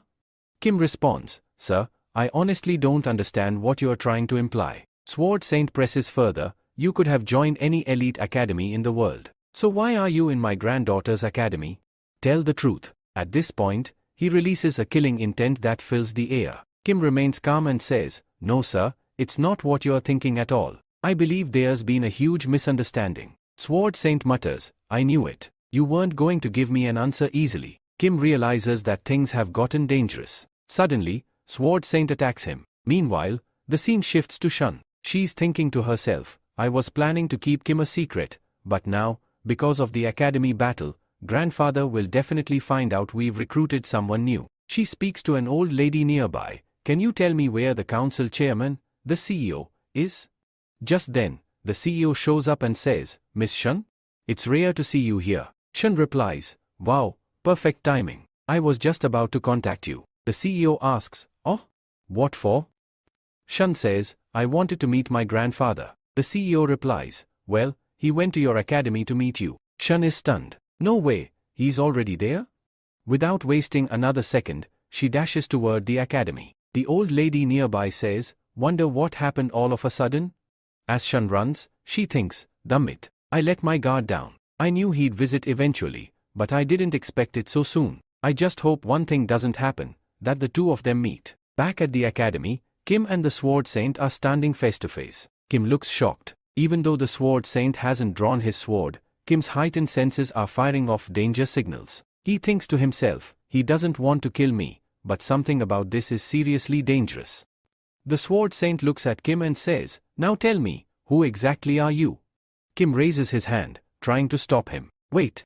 Please, stay right where you are. There's some misunderstanding here. I'm not the person you think I am." But the Sword Saint doesn't stop. "You didn't just manifest mana, you've also shown incredible movement speed. I don't think this is a misunderstanding at all. In fact, you, lying so convincingly, I almost believe you're telling the truth." Kim tries again, "Please, just listen. I don't know what Miss Shun told you, but that's when we see the Sword Saint starting to lose his temper. And who do you think you are to even speak Miss Shun's name?" Kim, taken aback, starts thinking to himself, maybe I said something I shouldn't have. The Sword Saint continues, "I just wanted you to be honest. That's all. But clearly, you, hiding something." Kim starts thinking more seriously now. "I know he doesn't actually want to kill me. But it looks like I have no choice but to fight him. This man standing in front of me, he could even fight someone from heaven. He's none other than the Sword Saint." He adds to himself, "If he really wanted me dead, I'd already be lying on the ground. I wouldn't still be standing. Besides, he's my idol. This is the best chance I have to fight him and gain some real experience." Suddenly, the Sword Saint notices something. He wasn't planning to fight earlier, but now, I can see it clearly. He's fully entered his combat stance. Then the Sword Saint thinks to himself, I've faced countless hunters in my life. But these eyes, this aura? I've only seen it once before. He looks directly at Kim and asks, you clearly have experience in all this. But why did you specifically approach my granddaughter? Why didn't you go anywhere else? Without waiting for an answer, the Sword Saint attacks. Kim struggles to dodge the blow, barely avoiding it. Kim thinks, damn it. His speed is beyond even my senses. And now, is it just me, or is he growing in size? The Sword Saint's presence becomes more overwhelming, almost gigantic. Kim feels the pressure. Even countering a simple strike from him feels impossible. But I want to fight, just to see how long I can stand against someone like him. Then Kim charges forward and begins his own assault. He throws out attack after attack. But the Sword Saint? He doesn't even move from his spot. He calmly blocks every single strike. Then, with a slight motion of his hand, he hits Kim, sending him flying far into the distance. Kim crashes to the ground. The Sword Saint, standing firm, says, I just want you to answer my question. Kim, exhausted and bruised, thinks to himself, something's off here. I'm missing something. I need to keep fighting a little longer. I can't lose like this. But he's running out of options. None of my tricks are working. I only have one shot. If I'm going to land a hit, it'll be when the Sword Saint lets his guard down. As the Sword Saint prepares for another attack, Kim braces himself. I just need one opening, he thinks. Suddenly, a memory flashes in his mind. Merlin's voice echoes, use your mana, trick the world. Focus so much that your mana blends into your physical being and becomes reality. The Sword Saint attacks again, but this time, Kim dodges it perfectly. He pours all his aura into his spear. This is it. My last chance. I'll give it everything I've got. Kim launches his final attack. The impact is massive, sound waves blast through the air, dust clouds rise, and the ground shakes. As the dust clears, the Sword Saint is still standing, untouched. Meanwhile, Kim drops to his knees, completely exhausted. Man, this really hurts. Kim mutters. The Sword Saint looks at him and says, see? I knew it. You are finally showing your true self. Kim fires back, my true self? Why don't you admit it was you who started the fight in the first place? I only counterattacked. Even speaking is making it worse. Just let Miss Shun come here, then I'll ask what's really going on. As soon as he mentions her name, the Sword Saint freezes. Again with Miss Shun. He whispers. There's clear shock on his face. I don't even know why her name is affecting me like this. The Sword Saint mutters to himself. Then, as if regaining control, he steps forward and says, fine, if this is how you want it, so be it. If you won't answer my question, then die right here. There's no point in letting you live any longer. Kim, defeated and out of strength, drops his weapon and sighs. Yeah, looks like I'm definitely going to die here. But just then, we see someone entering the scene. It's Shun. She arrives and says, what had to happen has already happened. Everyone, stop right there. Shun addresses the Sword Saint and asks, what exactly are you doing here, Grandpa? After that, we see Shun walk straight up to Kim and ask him, are you hurt anywhere? Kim replies, not too badly, but yeah, I did get hurt a bit. That's when the Sword Saint chimes in and says, you don't even deserve to be called a man if you are whining about such a small injury. Kim immediately shouts, gender doesn't matter here. And more importantly, look who hit me. It was you, the Sword Saint. Do you really think I wouldn't get hurt? The Sword Saint, now furious, asks, what did you just say? Kim quickly hides behind Shun and says, do you still want to beat me up? Shun looks at Kim in shock, thinking to herself, how can someone talk to my grandpa like that? Kim confronts the Sword Saint and asks, first, tell me, why did you attack me in the first place? And just because you are the Sword Saint now, does that give you the right to hit anyone you want? Before the Sword Saint can respond, Shun cuts in and says, Grandpa, please don't say a word. She then turns to Kim, apologizing sincerely, I'm sorry for everything that happened. Kim responds, no, really, there's no need to apologize. It's not that big of a deal. Even so, Shun bows again and says, I'll explain everything to you later. Kim, beginning to understand the situation, says, I think I should leave now. While walking away, he adds, maybe I should go get a checkup at the hospital. Just in case. Shun tells him, don't worry, we'll cover all the hospital fees. Kim thanks her and leaves, while Shun stands quietly, thinking to herself, thank you, for understanding the situation so calmly. Then, she turns to the Sword Saint and says, Grandpa, I need to talk to you. In her mind, she thinks, at first, I thought I could just explain things calmly, but now, I need to tell him the whole truth. The Sword Saint warns Seven, that guy is highly suspicious. Don't get too close to him. Shun replies, he's not suspicious at all. What do you even mean by that? She reflects internally, what do you mean by that?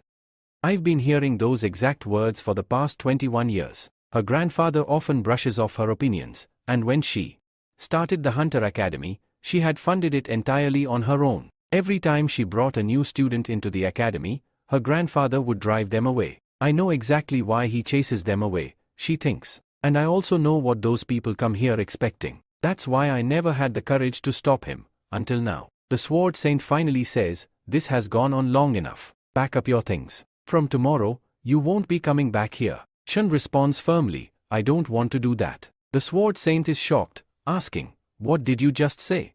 She repeats, I don't want to do that. I don't want to lose this. She's thinking about Kim. She says again, why should I do what you're saying? This academy is mine, not yours. It's only been a few months, and yet, she continues thinking, I haven't even made any proper memories yet. I don't have strong emotions either, but every time I'm near him, I feel something strange, something I want to hold on to forever. The Sword Saint insists, that guy is suspicious. Just expel him from the academy. But Shun refuses, I'm not going to do anything like that. I don't know where these feelings are coming from, but I'm not expelling him. And I'm not shutting down my academy. I also refuse to live in your shadow anymore. I hope you understand that now. The Sword Saint steps closer to her. Shun apologizes and says, forgive me if I raised my voice earlier, but I want to make one thing very clear. I will not do what you are asking. Then, we see the grandfather alone, deep in thought. Has she ever stood up for her opinions like this before? He wonders. We are taken to a flashback from a few years ago. A man comes to the Sword Saint and says, Headmaster, something terrible has happened. Your son, he's no longer with us. Hearing that, the Sword Saint is devastated. Afterward, he goes to meet his granddaughter, young Shun, who's just a little girl. She's adorable and innocent. He remembers thinking, when my son left me, Shun appeared before me. That very moment, I decided, this girl will become powerful enough to defend herself. That's why I've always been so strict with her. After that, we are shown a scene where Sword Saint is talking to Shun. He says, how could you do this? Get up quickly. And if you don't do it, how will you become a hunter? Shun responds, I don't want to be a hunter. I want to become a teacher. Sword Saint is shocked and says, is this why I trained you, so you could become a teacher? I don't want you to become a teacher. You have to do what I say. He knows that he's hurting her, but he feels he has no other choice and ignores her feelings. Eventually, Shun decides to leave him. The scene shifts to the next day, where Kim is walking, swinging his arms, and saying, man, yesterday I got really hurt. But if Sword Saint hadn't gone easy on me, I would have been finished. And if Miss Shun hadn't come, it would have been way worse for me. Kim is thinking to himself, I didn't expect Miss Shun to have such a sad backstory. Then, we are shown a flashback of the previous evening, where Shun called Kim and explained her relationship with her grandfather, and how he treated her when the former Hunters Academy members came around. Kim understands that she didn't tell him everything, but he can sense her feelings and realizes why she got so angry at him. But honestly, she shouldn't have gotten that mad at me. I know exactly how much she hurt me, Kim reflects. He then thinks to himself, I think I should apologize to Sword Saint, so this never happens again. To his surprise, his stats have slightly increased, but now, he doesn't want his progress to affect his future. Kim opens the gate and enters the academy, but suddenly he hears a voice. Ah, so you've come. It's none other than Sword Saint, who tells him, why are you standing there? Come sit. Sword Saint has been sitting in front of the gate, seemingly waiting for Kim. Kim is feeling uneasy, thinking, do they want to beat me again? Sword Saint says, now I understand. You made a deal with Shun. He looks at Kim with suspicion, asking, is this really true? Kim responds, yes, it's true. Why would I lie to you? Sword Saint is unsure, thinking to himself, no, it doesn't seem like he's lying. But how can a candidate have so much power and stamina? This doesn't make sense. Sword Saint is confused, but Kim, wanting to avoid confrontation, says, if you are done, can I leave now? Sword Saint responds, where are you going? Kim answers, I'm not going anywhere. I'm just going to train. Sword Saint is happy to hear this and says, once I see you train, I'll know where your power is coming from. He lets Kim go and continues to watch him. Later, Sword Saint observes Kim staring at a blank screen. What is he doing? He's been staring at this black screen for so long. Has he gone crazy? Sword Saint asks, are you meditating? Kim replies, yes, you could say that. Sword Saint starts explaining, meditation is very powerful. It helps you control your mind and heart. Sword Saint is still puzzled, thinking, what's so special about him? Why doesn't he want to learn from me? This can't be true. He then asks Kim, is there something you want to ask me? Kim, surprised, responds, a personal lecture? From Sword Saint?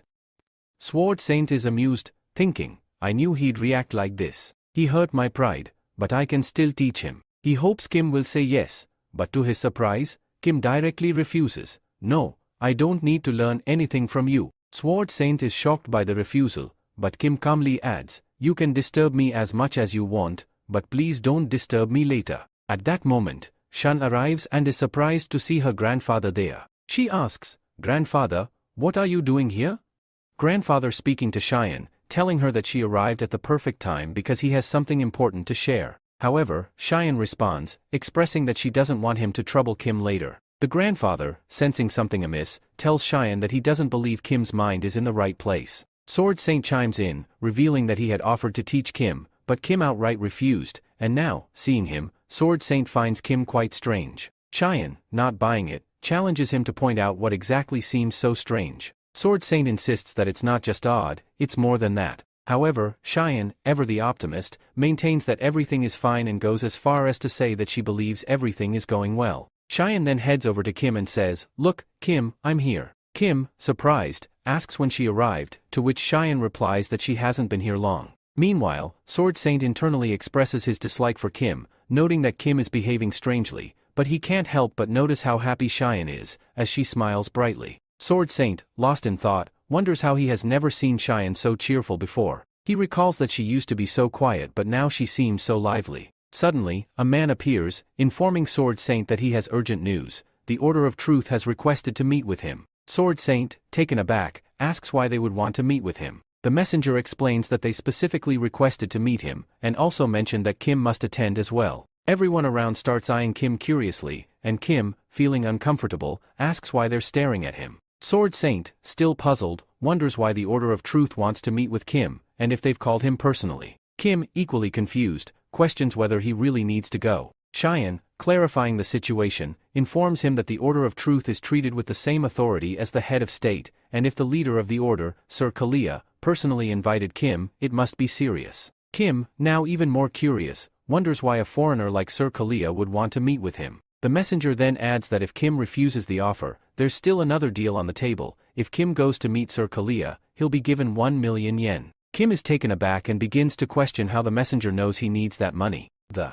messenger continues, explaining that the Order of Truth doesn't focus on human-made diets but rather serves the truth of God. They believe their words are commands directly from God. The people in charge now were once treated differently but played a major role in maintaining peace during a chaotic time when powerful masters fought against each other. Those who defeated them were known as the Grand Voice and the Seven Apostles. The story shifts back to the present, where we find Sword Saint and Kim in a hotel, ready to meet Sir Kalia. The attendant asks Kim if he's the one the order has been waiting for, and Kim starts to recall what Cheyenne had said about the man who placed a bet on him. He wonders if the messenger knew he would win or if he just made the bet without any idea of the outcome.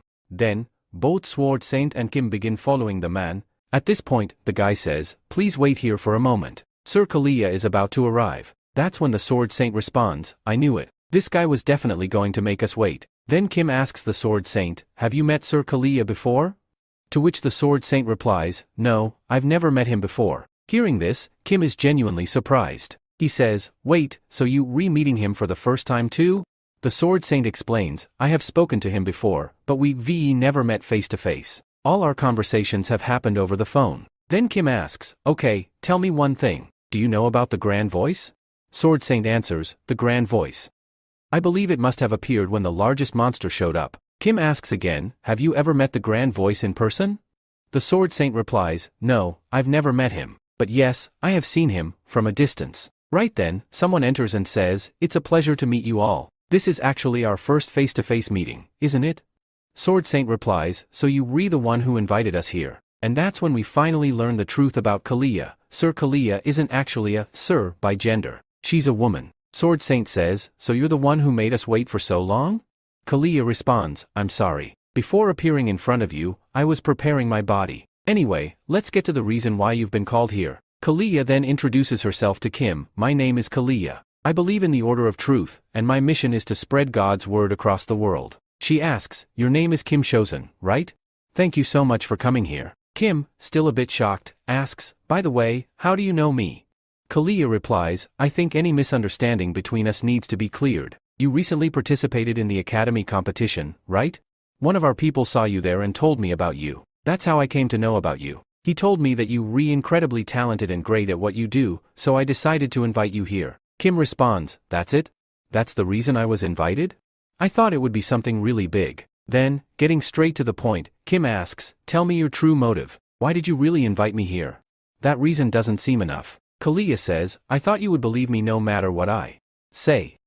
But now I guess I need to be honest about everything. Let's sit down first, talk for a bit, and then I'll give you a proper answer. She then starts talking about the dungeons. Hearing her out, the Sword Saint is visibly shocked. Kalia continues, yes, you heard me right, and I hope you'll help us in raiding the dungeon. Sword Saint replies, okay, but why should I join you? What's in it for me? Kalia says, you know this better than anyone. You must also be aware of what kind of results this could lead to. Sword Saint asks, what exactly are you trying to say? Kalia reveals, we received a report that the dungeons in Korea have changed. You probably know more about this than I do. At that moment, Kim is lost in thought. Dungeons have changed? What does that even mean? Kalia says, the Order of Truth has decided that they will inspect the dungeon. I hope you'll also be there. Hearing this, the Sword Saint responds, so that's why you came to Korea? Just to properly take over your successor's position?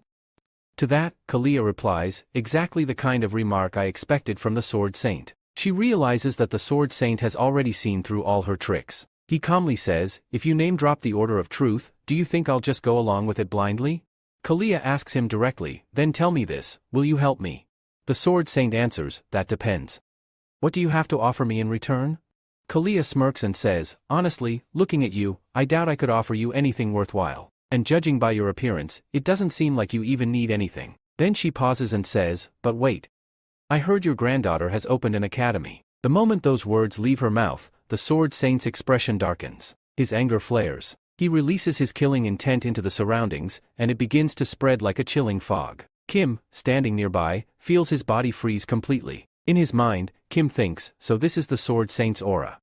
He only releases it when he truly intends to kill. The Sword Saint then growls, if you ever mention my granddaughter again, I won't show any mercy. Kalia quickly realizes her mistake. I think I've made a serious error, she says. Please forgive me. I promise to be careful next time. Hearing that, the Sword Saint gradually retracts his aura and calms down. Then Kalia softly speaks again. Honestly, what could I even offer you?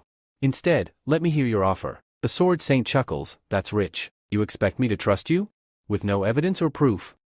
Kalia responds, if you want, I can swear on the name of the Order of Truth. After a brief pause, the Sword Saint says, fine. If you say so, I'll trust you. They both begin a ritual, an oath in the name of the God of Truth. Once the ritual is complete, Kalia calls Kim over. She says, all right then. Let me tell you everything straight up. I want to sponsor you on behalf of the Order of Truth. Kim is surprised. You want to sponsor me?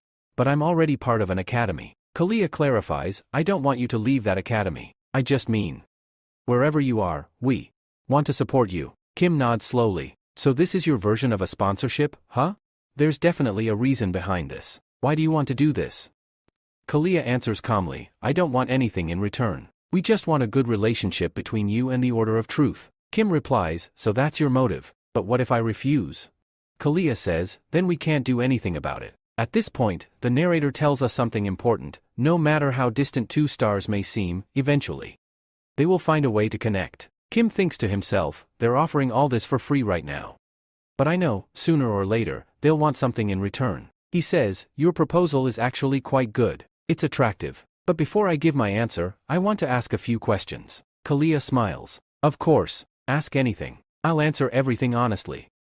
At this point, Kim is about to ask about the Transition Academy, but suddenly, he stops. He begins to wonder, if I ask her about the Transition Academy, is she really going to give me an honest answer?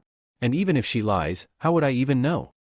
Kim thinks for a moment and decides to drop the idea. Forget it, he says to himself. I've got plan B. He slips his hand into his pocket, pulls out his phone, and holds it right in front of Kalia's face. Then he calmly asks her, first, tell me what's currently playing on this screen. Kalia looks at the phone, and we, the viewers, see that it's playing a lecture by Buddha. The lecture talks about how the soul never truly separates. Whether it burns or faces destruction, the soul never vanishes. It always reincarnates. Then Kim says, what I'm really asking is this, tell me exactly what's playing on my screen right now. Kalia looks puzzled and responds, that's honestly such a weird question. Kim replies, I don't think I've asked you anything too difficult. But Kalia says, it feels like this question might actually be really difficult for me. Kim then sits down and says calmly, if you don't want to answer, that's fine. I won't force you. After a pause, Kalia finally says, blank screen. Hearing that, Kim is visibly shocked. You saw a blank screen on my phone? So, does that mean your answer is correct? Kim nods slowly and says, yes, your answer is correct. Kalia then asks, so, does that mean you accept our sponsorship now? But Kim shakes his head and replies, I'm sorry. I can't accept your sponsorship. A little while later, the scene shifts to Kalia, who's standing alone somewhere, lost in thought, thinking about none other than Kim. She then says, Kalkus, did you notice anything? The man standing behind her, Kalkus, responds, no, I didn't notice anything unusual in him. Kalia, not fully convinced, asks again, are you really telling the truth? To which Kalkus replies firmly, yes, I swear by the order of truth. Hearing this, Kalia begins to think to herself, I didn't really see anything special in Kim. Sure, he seems quite extraordinary and is a perfect candidate, but still.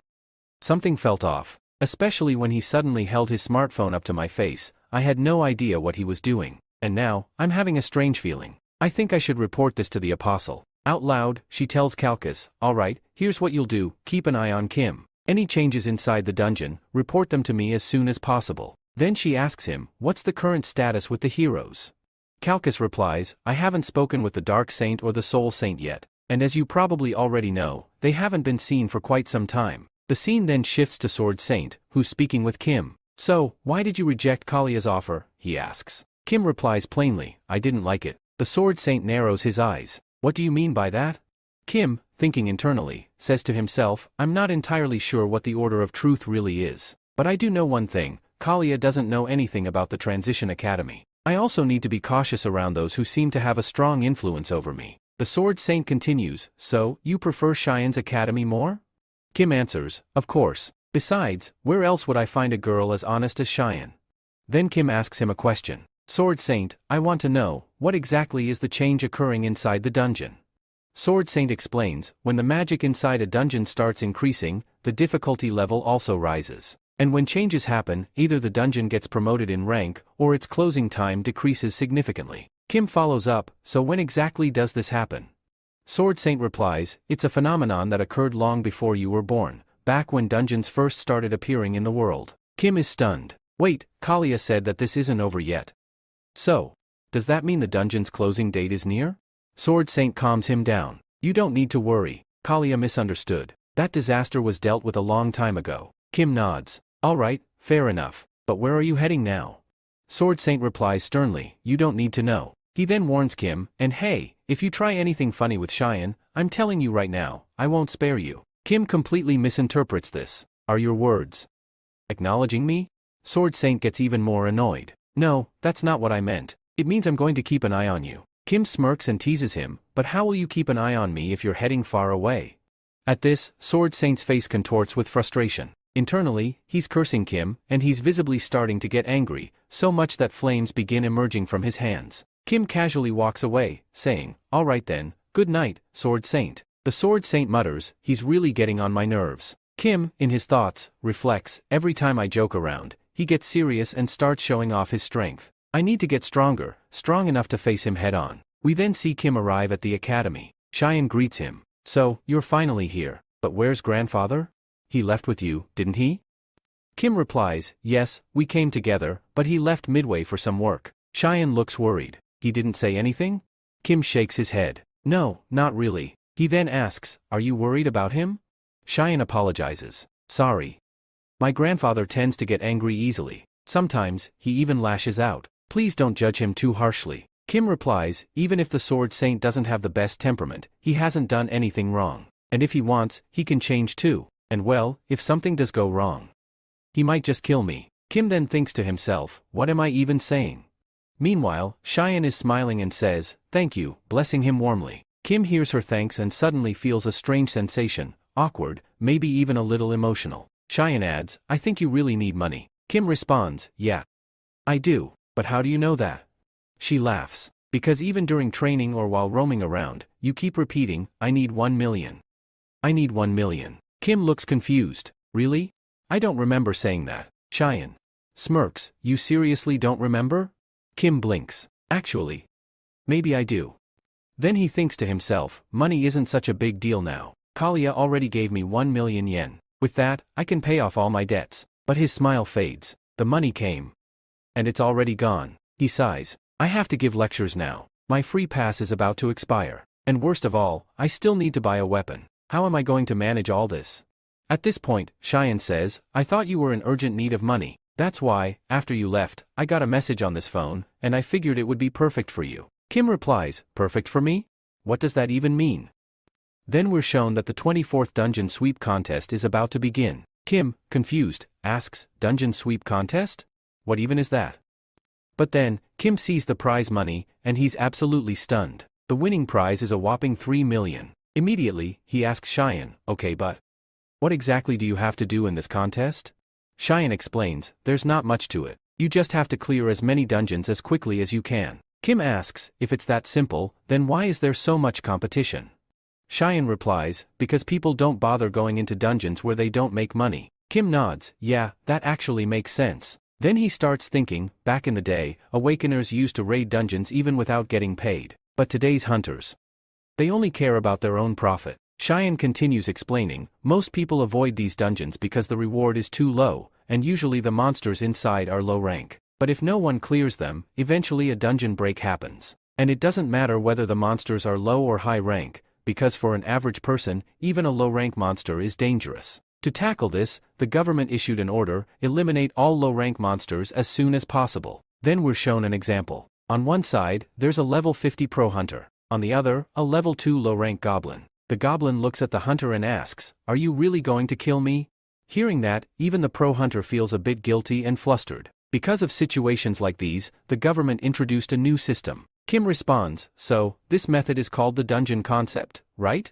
Cheyenne nods, "Exactly. Most dungeons are low rank and can be handled by a single hunter. Plus, there are way more hunters these days, which is why the contest exists." Kim mutters, "I don't know whose idea this was, but whoever it was, they really used their brain." Cheyenne smiles and says, "I think you'll easily win first prize. What do you think?" Kim thinks for a moment, "So the prize is 3 million.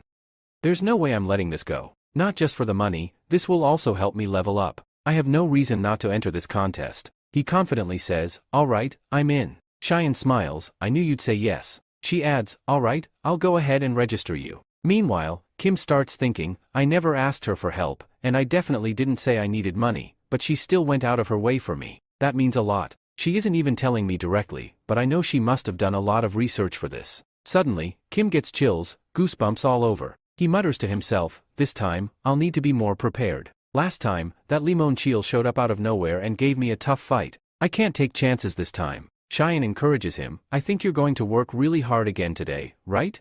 Kim thinks, "This time, I'm definitely going to win this contest." Then he turns to Cheyenne and says, "All right, tell me, how exactly does this contest work? What are the details?" Cheyenne begins explaining, "The contest will last for a full week. Once it starts, the government will approve all the low-level dungeons that haven't been raided yet. All participants will be able to see those dungeons through an app on their phones." She continues, "If you want to raid a dungeon, you have to register it first. If you don't clear it within 10 hours, your reservation will be cancelled. And remember, you can only reserve one dungeon at a time." Kim says, "So we need to be strategic and reserve smartly." Cheyenne nods, "Exactly. To put it simply, you need to increase your speed. The faster you are, the more dungeons you can clear." Kim says, "So it's all about speed." Cheyenne adds, "Some people even joke that speed is the real fuel in this contest. The more dungeons you clear, the more you earn." Kim says, "Looking at it now, this seems way harder than I expected." Cheyenne laughs, "Hard? What's hard about it?" Kim explains, "The real problem is raiding the monster crops. I'll need to seriously boost my speed if I want to clear them." But Cheyenne immediately stops him, "No, don't even think about it. I already told you, monster crops, dead monsters, have very low value. They're not worth your time." Kim asks, "So there are no rules and regulations about them?" Shun, now annoyed, says, "Hey, didn't I already tell you? Don't bother with them. They're not worth anything." Kim replies, "If we clear the dungeons one by one, we should be getting paid properly, right?" Then we see Shun saying, "This is going to take a lot of time, and don't forget, you still have to win the final prize." Kim replies, "Yeah, and that's exactly the biggest problem." Shun continues, "I told you before, I was right." Kim then says, "The prize money is the most important thing to me, so there's no way I can afford to be careless about it." Right after that, Kim begins reading all the rules thoroughly. A few days pass, and the scene shifts to the day of the contest. At this point, Kim's lecture progress has improved significantly. Chiro's lecture is at 49.9%, Siddharth Gautama's lecture is at 14.5%, Xing Yong's lecture is at 61.7%, and Merlin's lecture has gone up to 99.9%. Looking at this, Kim starts thinking, "I've worked really hard to improve all these lectures, but still, Merlin's and Xing Yong's progress seems way too low." He reflects, "I've noticed that whenever my progress rate goes above 10%, something in my stats always advances." Then we see Kim about to raid a dungeon. Shun, standing nearby, asks him, "Did you download that app with all the dungeon details?" Kim replies, "Yeah, I've seen it properly and already installed it." Shun then asks, "Weren't you calling some helper earlier? Why isn't he here yet? Where did he go? Ask him, did he get lost?" Kim replies confidently, "There's no way he'd lose his way. I'd never lie about him. His navigation technique is even better than the Sword Saint's. Plus, his peak form is seriously impressive." Shun reacts, "Really?" And Kim says, "Look, he's here." Then he calls out, "Hey mister, over here. I'm standing right here." Kim tells him, "I thought you'd be super late, but you showed up earlier than expected." The man responds, "I knew if I was late, you'd curse me out like anything." Then the camera reveals his face. It's none other than the old man from chapter 1, the one Kim saved. As he arrives, the old man asks, "First, tell me what I have to do here." Then we get a flashback to a few days ago, when Kim had called the old man. The old man had picked up and said casually, "So, you want me to work with you, huh? Let me guess, you'll kill the monsters, and I'll collect their corpses? And you want me to be your driver too?" Kim replies, "Exactly. I'll be honest, you won't have much work. Just drive, and I'll bring the monster crops to you. You'll just need to dismantle them." Note, crops here refers to parts of dead monsters. Kim adds, "I'll handle the lifting myself." The old man replies, "Your plan seems solid, but dismantling monsters takes a lot of time. You sure that won't be a problem?" Kim thinks to himself, "I really need you. Dismantling monsters can earn us a good amount of money, and no one can do it better than you." Back in the present, Kim gets a notification on his phone. The dungeon raid has started. Kim says, "Alright then, time to get to work." He turns to Miss Shun and says, "I'll see you later." She waves goodbye and leaves. Kim then asks the old man, "You remember all the rules, right?"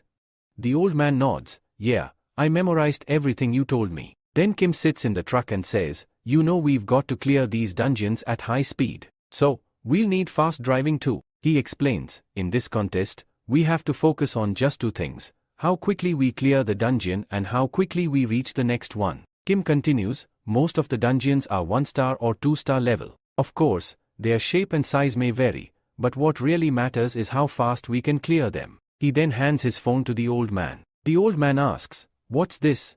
Kim replies, "This shows the locations of all dungeons. I want you to pick one from these, so you know how fast we can get there." The old man, looking surprised, says, "You want me to pick?" Kim nods, "Yes, I really do, because you are faster than any navigation system." The old man grins and says, "Put on your seatbelt then, I'm about to hit the gas." Then we shift to another scene where we meet the dungeon raid supervisor. Her name is Go Sojin. Sipping her coffee, she says, "Let's see how long this guy takes to clear a dungeon. Which academy is he from again?" "Alright, Dream Academy." Another manager standing beside her comments, "Looks like his academy trained him well. He might take about an hour to clear the dungeon." Go Sojin thinks to herself, the one who just entered the dungeon for the raid, his name is Kim, the one standing outside. He's alone. At first, I thought both of them would enter the dungeon, which is against the rules. But then Kim clarified that the other guy is just going to wait outside. Well, he's just a driver after all. So what exactly is he doing here? So now, we see Kim peeking his head out from the dungeon gate. Meanwhile, the manager standing nearby starts wondering, what happened to the dungeon gate? That's when Kim turns to the old man and says, "Hey old man, I've done my part. Now it's your turn." The old man replies, "Wow, that was fast. You, quicker than I expected." Then Hyojin shows up and says, "Hey, wait. If another person enters the dungeon now, that'll be cheating." Kim replies calmly, "Yeah, I know the rule." This surprises the manager. She asks, "If you knew the rules, then why did you do it?" Kim responds, "I already cleared the dungeon." Now the manager gets furious. "What do you mean you cleared the dungeon this quickly? You, reline. No one can be that fast." But we see that Kim actually did clear the dungeon in record time, and Hyojin, the manager, is completely shocked. Still in disbelief, she says, "It's only been 10 minutes since you entered. How is that even possible?" Kim, meanwhile, continues with his daily tasks like nothing happened. The manager asks, "What are you even doing now?" Kim replies, "You don't need to worry about that." And he resumes his exercises, completely unfazed. Watching him, the manager mutters to herself, "This guy is seriously insane." Later, Kim steps out of the dungeon and tells the old man, "Here, I brought it out." The old man asks, "Why are you acting crazy again?" Kim answers, "If I don't act crazy, my lecture won't count." Old man, "Lecture?" Kim quickly brushes it off. No, don't worry about it." Then Kim asks, "How long is this going to take?" The old man replies, "You know this monster isn't a high ranker. It'll only take me 15 seconds to dismantle it." Kim smirks, "I figured. You've always been a hard worker." Just then, the manager approaches and asks, "Wait, are you seriously going to dismantle it?" The old man responds, "Yes, is there a problem? Are we violating any rule?" The girl says, "Well, this does go against the rules," but then pauses and realizes, "Wait, actually, there's no such rule." So both of them get back to work. Kim brings in the monsters, and the old man starts dismantling them. Watching this, Hyojin is left completely stunned. Soon, both Kim and the old man finish their tasks. Kim asks, "Where to next?"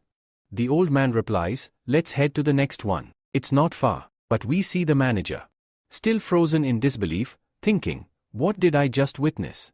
Meanwhile, Kim and the old man are cheerful, speeding down the road. The old man is driving fast, full of energy. Cut to another dungeon, where a different manager is relaxing, enjoying the sunlight. He says, "I'm so lucky. I don't even need to sit in front of a computer anymore. This is the life I always wanted." He wonders, "I wonder when the person who reserved this dungeon is going to show up." Suddenly, a vehicle arrives at high speed, startling the manager. Kim and the old man jump out and say, "Hurry up. We need to complete the task quickly." Inside the dungeon, we get a glimpse of skeleton monsters. Kim charges in and says, "Time to wrap this up." With just one slash, all the monsters fall. Kim clears the entire dungeon effortlessly. He says, "Well, that's done." The old man begins dismantling the bodies. "Nice. These will sell for a high price." They complete the dungeon in no time and immediately head for the next one. Once they leave, the manager who was relaxing sits there stunned, thinking, "Who were these guys? They came like the wind and left like a storm." He can't believe what just happened. The scene shifts to a building where someone asks, "Assistant Manager Kim, did you finish the progress report we asked for about the dungeon concept?"